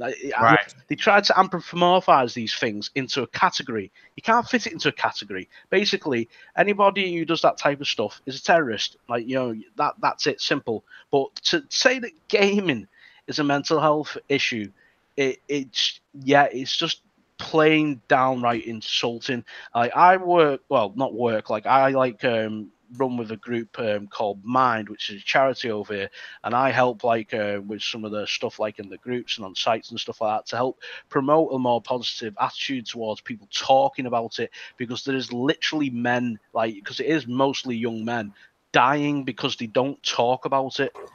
You know what I mean? This issue, is it's bigger than just obviously, well, I can't say the gaming and the industry because it's the biggest media on the planet, but to put it into this section so that they've got like an excuse. No, it doesn't fit into that. It's an addiction. Like at the end of the day, like I remember the story they used, which was there was a 9-year-old girl. She was playing Fortnite. She wouldn't get off Fortnite, and she played it so much that she peed her pants, and she basically kept on playing. And they said, Jeez. "Oh my God, it's got to be a mental health issue." No, it's not. Kids pee the pants. If she didn't want to get off the game, she's going to pee her pants. You don't like say if that was like maybe a 30-year-old guy, I'd be like, well, yeah, that's going a bit far, but it's still an addiction, and they seem to be trying to place this blame and trying to segregate it, and the WHO are wide off the mark. And I mean, a lot of people that I speak to in the groups I'm in, like to do with mental health issues and stuff like that, because yeah, we all talk like to try to help each other. They are up in arms about it. They think it is just literally just like it's demeaning. It just makes it sound like it's this small thing. Oh, he's got a gaming addiction. It's like, sorry, gaming disorder, like they said it was, and said that's a mental health thing. No, it's not. I've got a nephew who's 8. He turns 9 this year, my Logan, like thingy, and he is like a badass on Fortnite and COD. I mean, he does things that I just could only wish I could do in multiplayer. Kids like, really good, but he stops and he does his homework and he goes to school and he goes out with his mates. And you know what I mean? At the end of the day, the main culprits, like for letting this thing become an addiction, is the people like the parents. Lazy parents, lazy parenting. Exactly. They just put the kid down in front of the box and think, yes, they're quiet, they're leaving me alone, and they don't realise that it's fallen a pattern. It is addiction. Like, I've been an alcoholic. I've been a gambling. Like, I used to have a gambling problem, and I used to be like into drugs a bit. Like, I've give up all that now because obviously my brain went a bit west, and I'm like on enough drugs now that I feel like I'm completely anyway. So, but yeah, like it's the one thing that's been niggling to me for the past, since it got announced. Just people on Twitter. It's just that's why I pinned me post. And if anybody brings it up, they will get the sharp end of my tongue because I'm just sick of it. You know what I mean? Come and live in my head. Try it. You know what I mean? If you think that's if that's a mental health illness, you know what I mean? I hear shit and I fucking see shit. That's psychosis. You know what I mean? I haven't experienced it myself, but obviously, as most as you know, I've experienced it quite close hand, unfortunately, and I know what this sort of thing does to people. And to compare it to gaming addiction is just, it's just fucking. I think it's irresponsible. And irresponsible, yeah. It is. It's just ridiculous, and. There's so many different addictions out there, and gambling and drug addiction and alcohol addiction are far worse, but they don't class them as any kind of mental illness. Money. That's why. Well, exactly. It's an addiction, pure and simple, and as Dale said, lazy parenting. And that's a very, very big aspect of it now, and because it is lazy parenting, they grow up thinking it's acceptable, and it continues that way. Yeah, my sister makes sure that say my nephew Logan, he's a good lad anyway. He really loves school, he enjoys school. It's pretty lucky that he's he likes his outside life, but he does like Fortnite and COD and stuff like that. I know he shouldn't be playing COD, and I've told my sister, but apparently he thinks he says that when he sees blood come out of people on the game, he says that that's ketchup. He actually said it in front of me. He said, "Oh, look at all that ketchup." And I was like, "Eh?" Well, that's the way to do it. I mean, I've always let my kids have always played the online multiplayer for the Call of Duties and that, and I think in that respect things have changed a lot, since our day. He doesn't like anything like the.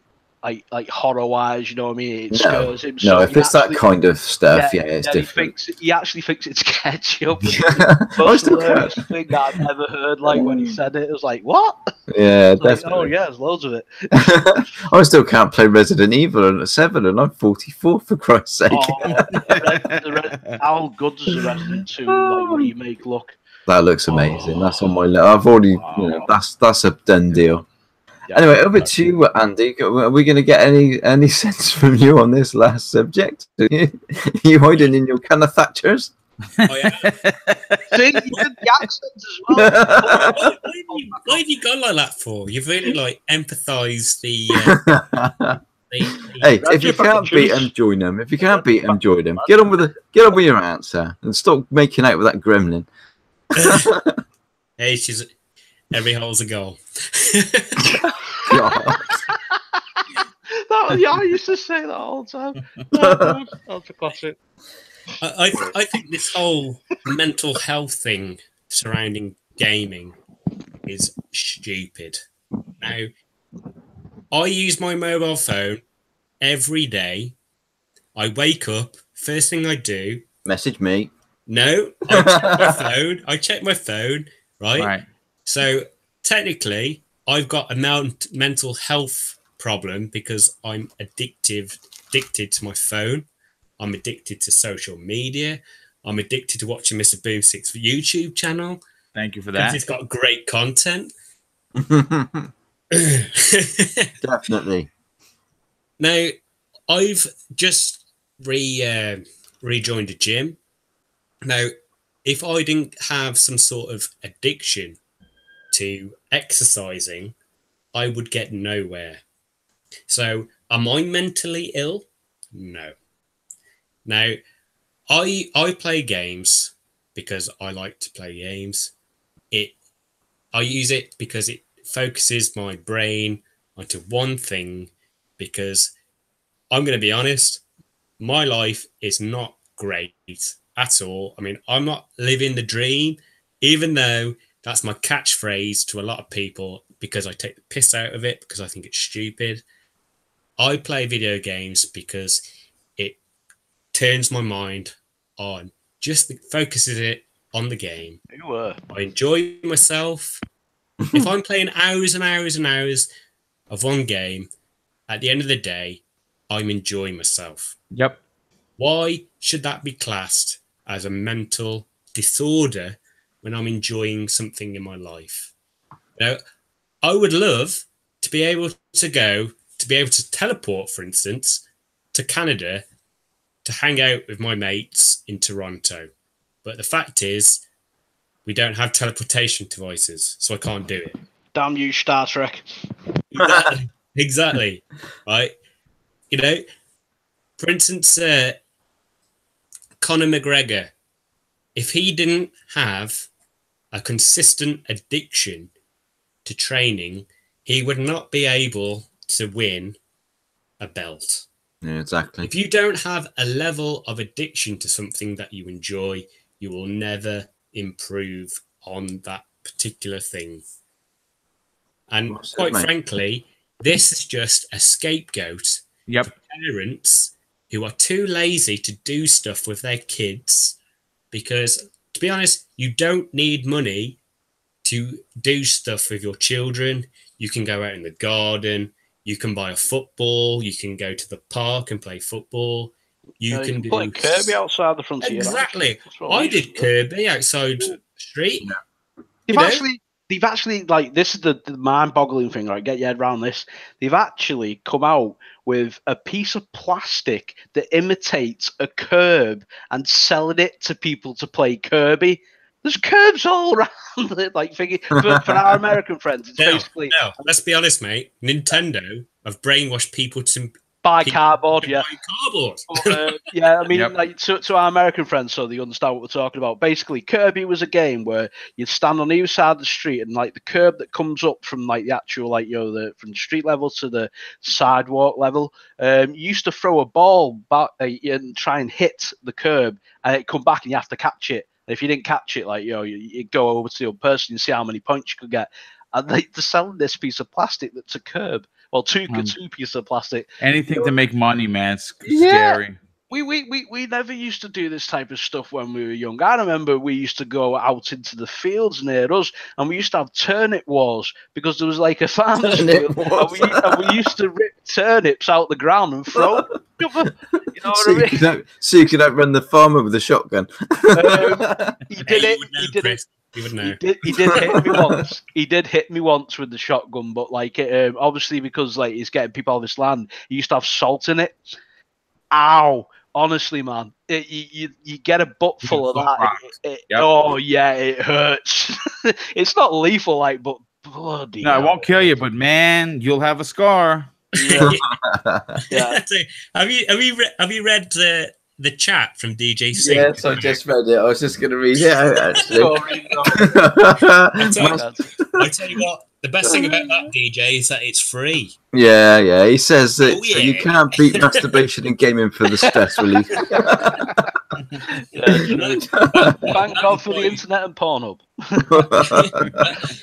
That's why the Japanese create their characters with such very big boobs. I don't blame them. I would as well. Anyway, God blimey, we're nearly up to the 2 hours, so we're gonna have to end. I can't believe we've made it through all our topics, guys. This is the first time I've actually made it through all the topics. Yeah, there you go. I mean, there was one I put on as an extra just in case, but I thought this was going to fill out. But I know that Boom's got to shoot off pretty quickly, so. That's a good one. Did you like that? Nice. Did you like that? I did wonder. If anybody would gather on that one, but fair play, you all got it. I really dig your name, like Boomstick, because obviously, like, you know, it's Ash out, like the Evil Dead. Yes, that's exactly my love of the Army of Darkness, especially where he's in like the graveyard scene with the skeletons poking. I love the Evil Dead. I was gutted. What's some of my favorite trilogy of films? Every one of them, my brother and I, Neo Mental, have just watched 1,000 times. And when I was, coming up with a name, I kind of wanted something that incorporated with it. And then my gamer pick was, of course, done by J Dubs, the graphic god. And he's the one that made that. He asked me, what were your two favorite things? I said, I love Resident Evil 2 and I love Evil Dead. And he put me in the Leon S. Kennedy outfit with the shotgun. And history has been made.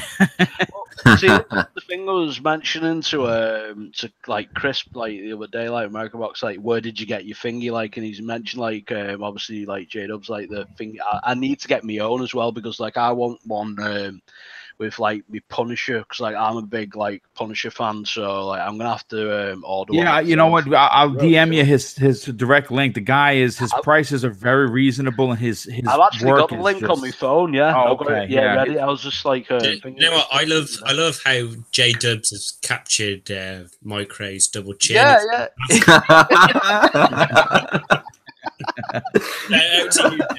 You're not the first person that said that. I'm gonna have a word with Jay. I thought it was a beard, but okay. Yeah, I thought it was just until Andy mentioned it. You know what? You could have got away with that if you hadn't mentioned it. It is the beard.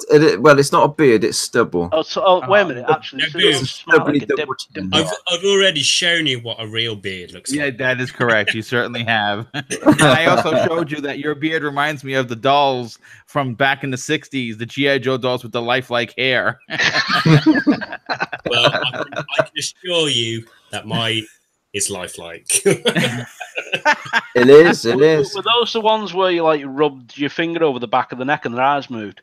Or was that a bit later? Yeah, no, they had like the eye. You could look through the back of the head if you're looking out of the eye.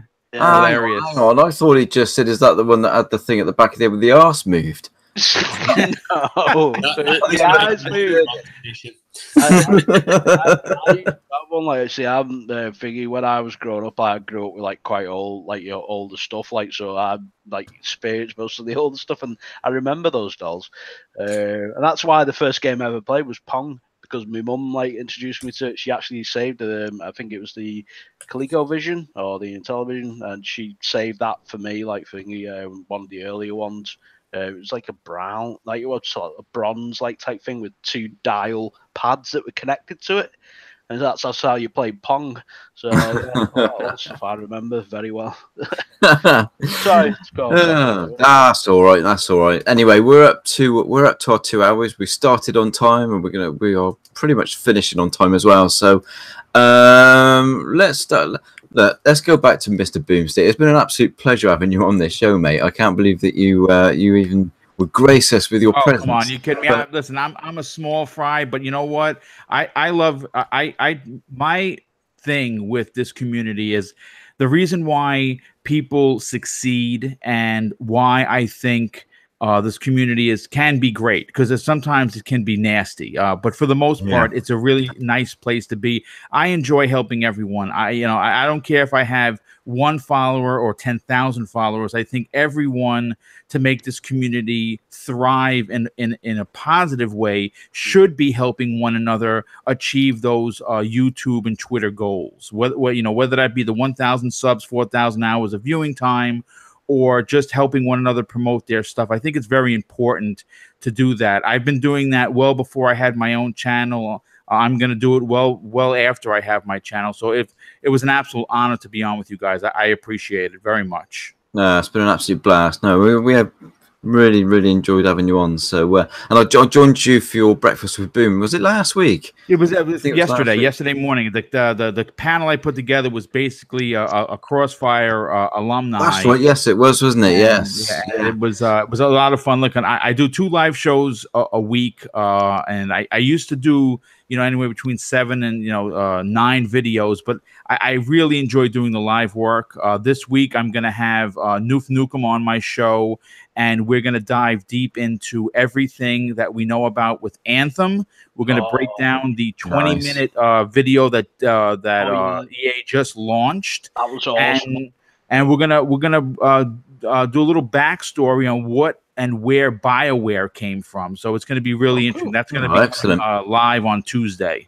Excellent. So make sure you go and check it out. So, I mean, if you want to just say your goodbyes then, Boom, and just let everybody know where they can find you. They probably know already. They should do it, and if they don't, they better after this podcast finishes. I appreciate it. Well, listen, you can hit. First of all, my DM is open, so I talk to everyone. Like I said, again, that goes to whether you have 1 follower or 10,000. I think everyone is important. So hit me up on Twitter at Mr Boomstick XL.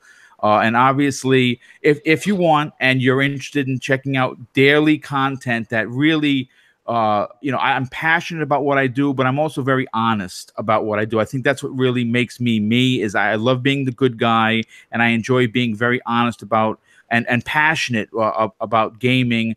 Check out my channel. It may not be for you, but it just might. And that's you can find me on YouTube at Double Barrel Gaming with Mr Boomstick XL. Micro. Yeah, he stepped away for a second. I'm here. I don't know what happened there. I must have hit a button and it muted me. Just spammed. I got spammed by my own PC. What's going on? Oh dear. Anyway, no, it's professional, honestly. We are. No, it's an absolute pleasure having you on, mate, and I hope you'll join us again sometime. Oh, absolutely, in the future. for sure. No doubt about it. This won't be the last time I'm on the show. I appreciate the open invite. No, it's anytime, mate. And I really enjoyed joining you for Breakfast with Boom last week. It was awesome being on that. So, to your good self, Mr. Erok X, give yourself a shout out, mate. Let everybody know where they can find you. It was an absolute pleasure having you on the show again. It's always great to listen to your points of view on everything. It's always clear and there's always reasoning behind all of your arguments. So, give yourself a shout out, bud. Hey guys, it's once again great to be here. Enjoyed the talk. I enjoyed the panel, and as always, you can find me on YouTube. It's the Erok X channel. Like, hate, or subscribe. And as always, bye-bye. Goodbye. Yeah, make sure you check out his channel. It's as he always says, it's only in 480p, but it's the content. It's great content. Low quality, but great content. Make sure you check it out. And yourself, Del, give yourself a shout out and say goodbye. Yeah, I'd just like to say thanks for listening to all people listening to the live chat as well. Thanks for joining us. Shout out to the Project Xbox and DX Mansion. Also, on a side note, unfortunately, England fans, we have drew Croatia because they beat Russia in the cup. The quarterfinals. I've just checked on my phone, so boo-hoo. That's going to be a bit of a tough one. And yeah, just. Also, on another side note is the mental health aspect that we touched on tonight. If you know anybody or you think someone's actually going through anything, talk to them, reach out, please, because it's really hard for them to reach out themselves. I know that from being in that position. So, end the stigma. There you go. Cheers, matey. Definitely listen to what he says. You know, if you know anybody that needs help, you know, make sure you reach out to them. Definitely. Andy Mack, if you can just drag yourself once more away from your tin of Thatchers and say goodbye. You got to play the Wurzels now. I've got the dog here. She's just popped out. Oi, oi! Back in. Don't talk about your girlfriend like that. No, she's a good egg. Done a lot of shit. But I just want to say thanks to everybody in the chat. It's been fantastic. We've had a great lot of banter from the usual people. I mean, we've upgraded UK Dazarus to moderator.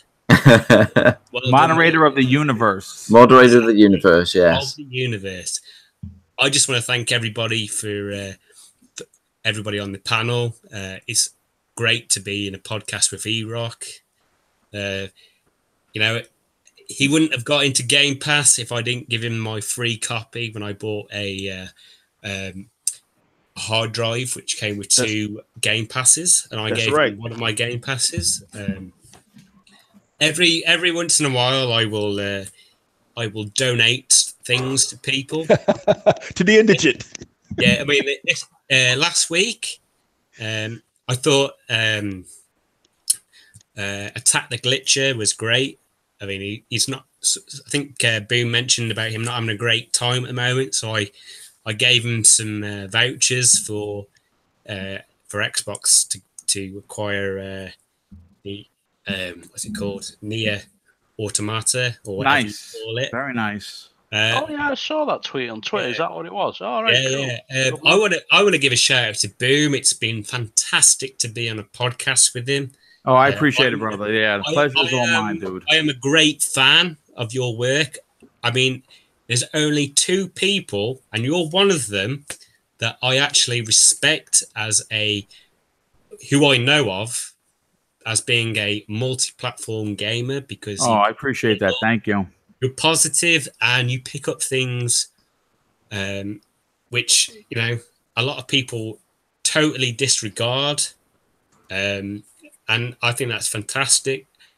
I only wish that one day I could go on the Breakfast with Boom. Oh, dude, listen, I'm always looking for, you know what, I got, we'll talk on the DM, but I definitely want to get the Dragon X podcast to come on again. When they're going to come on, you can join us, dude. And you have an open door ticket, because you do bring a lot to the show. And I'm a fan of yours. I mean, we've been talking back and forth on Twitter for what seems like weeks now. Yeah. And you're a good dude, and you do bring a lot to this show. And listen, the honor was all mine to be on the show with you, bro. I mean, for me personally, I'm just somebody who likes gaming for what it is. I mean, you know, you can call things out as much as you want, whether it's positive or negative. But at the end of the day, if you're not enjoying it, you shouldn't be doing it. Shouldn't be doing it, should you? But thanks very much for being on the show. And as always, continue with the great work. Same with Erok. I mean, you know, Erok's post videos of gameplay, which is something that we don't see a lot of these days, because it's all about the news, the drama, when at the end of the day, you need to see people playing games, seeing what they enjoy. And I think with all the news and all the drama, it's always lost on a lot of people. I mean, gameplay makes people buy games. Yes. It makes people talk about games. Yeah. And we wouldn't have a podcast, or nobody would have a podcast, if we weren't talking about the games in general. It would just be sourpusses talking about the stupid stuff like Sony not doing crossplay, where they're at a point where they are not gaining or losing anything, and it's just ridiculous now. Actually, I'd probably just have my own podcast where I'm talking about geeky stuff to do with comics and stuff like that. But okay. Yeah.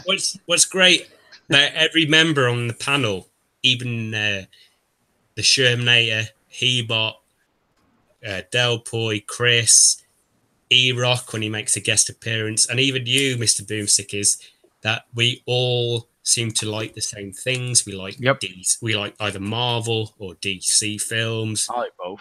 And at the end of the day, we wouldn't be talking about things unless we shared. If we didn't share things, right? You know, all you would have in the world is hatred. Yes, right? Indeed. More connects us than divides us. And, you know, we are here to have fun. We're here to talk about the shit that goes down with certain things in life. And, you know, we got this mental health shit going on at the moment, which, frankly, we don't need this. We need people to all come in together and enjoy it. And I actually love being on this podcast. I love hearing everybody's opinions on things, because at the end of the day, we would not be individuals unless we had our own opinions on things. And that's all I've got to say. And that's the longest I've ever talked on. I was going to say, you know what? And I was going to say we could have Mr. Boomstick on more often, I think. we should. We should, because, you know, it's just that New York accent, you know. I think I watched a lot of his videos just to hear the accent and how he you don't do well pronounces certain things. And there's one thing that I heard a few weeks ago when he mentioned a place in the UK, and just so you know, it's Leamington Spa. Yes. So, if you need any help with pronouncing British place names, no, I'll definitely look you up, bro. But if you want like a slightly different accent to those place names, speak to Dell. He'll be on Twitter. I need to hear this Leamington Spa thing now. I'm curious. Like, so how do you pronounce it? If I recall the story, it was Leamington Spa. That's awesome. It makes it sound like it's like, you know, proper up class place, like Leamington Spa. Can you say that's how I say it? Dog. Dog. That's right. You say dog. I know it's gotta sound weird coming out, but that's my New York accent. Sorry about that, folks. I love it. That's like cool. that's like the I can't remember what the word we say, but that's like the top of the cake for the accent. The icing. Top of the cake. The icing on the icing cake. on the cake. Yeah, God, how many cans have you had? Oh, dear. I blame UK Daz. It's all his fault. I blame him as well. The bad influence people. Oh dear! I'll tell you what, guys. No, it is fantastic fun doing this podcast, and I was umming and ahhing for so long about whether to bring this podcast back, and what we're on now, episode 13, and it's been an absolute blast doing it. And I know we had a few hiccups at the start of the year, but we're back now. We're back every fortnight, and I can't imagine doing this podcast without you guys. So it's awesome, and it's just a shame that Hebot and the Shermanator couldn't be with us tonight. But it's been a great show, and you know, we felt their loss, but Erok and Mr. Boomstick more than made up for it. So it's just been another great show, and it's just a pleasure to do it. And you guys shine as well. I mean, Andy, Matt, for God's sake, I've never heard you speak so much. I'm going to get Mr. Boomstick on more often. It'd be awesome. Hey, you picked the right topics, mate. Yeah, well, no, I worked hard on those today. I'll tell you, I was sweating, and it wasn't just the heat. I don't know if it's the glass of dead man's fingers before I started. Rum that is bottled in the UK. Now, if you're a member of the UK, you should buy it, support your country. And let me tell you this, it smells like cola, it tastes like cola, and it will get you shit-faced. Just Sounds like my grandfather's homemade wine. Ladies and gentlemen, Andy Mack, he's one in a million. He is, I'll tell you. What, just quickly before we go, I mean, I remember when I was setting this thing up, and I was like, who am I going to have on the panel? And I wanted to get Dell back on because he was on the original podcast, and I thought, years and years ago when I first started, and I thought I don't want to be going with normal sort of people that have been doing YouTube before, and I sort of looked at the people that were constantly sort of interacting with me and had points of view, and these guys, you know, the Sherman and Hebot, obviously he does YouTube anyway, but he was sort of the odd one out. But Adele and Andy Mack, they were the ones that were always in there and always having a point of view, and I thought I'm going to take the risk and I'm going to do it, and it's just worked out. It's just fucking awesome. I love it. Take the risk of us. Yeah, yeah. I took because not so much with you because you've done it before, but I mean Andy hadn't done solid YouTube before. Sherman hadn't done anything before like this ever, you know. So it was a new thing, and it was worth trying because it's just worked. I didn't even know how to use the live chat on YouTube until like the Welsh Gamer told me on Twitter. That's it. Anyway. I think Boom's going to go, so we're going to cut it off. It's been absolutely excellent having you on, Boom. Erok, I appreciate it very much, everyone. Everyone was fantastic. Yeah, sorry, I got to bug out because that's fine. We're finishing now anyway. We've gone over as always. Yeah. All right. Okay, well, gentlemen, once again, thank you so much for having me on. We will definitely talk on the DM. Andy Mack, I'm going to have you on the show. I'm going to bring you on with UK Dazarus. I was just talking with him, and he'd love to be on with you as well. So. Awesome. Oh, God, good luck with that. Have a great night, everybody. You too, mate. Okay, then, guys, that's it. So that's it for another MicroPod, another awesome show. Great guests, great topics, and we will see you in 2 weeks' time after England win the final of the World Cup. Take care. Hopefully.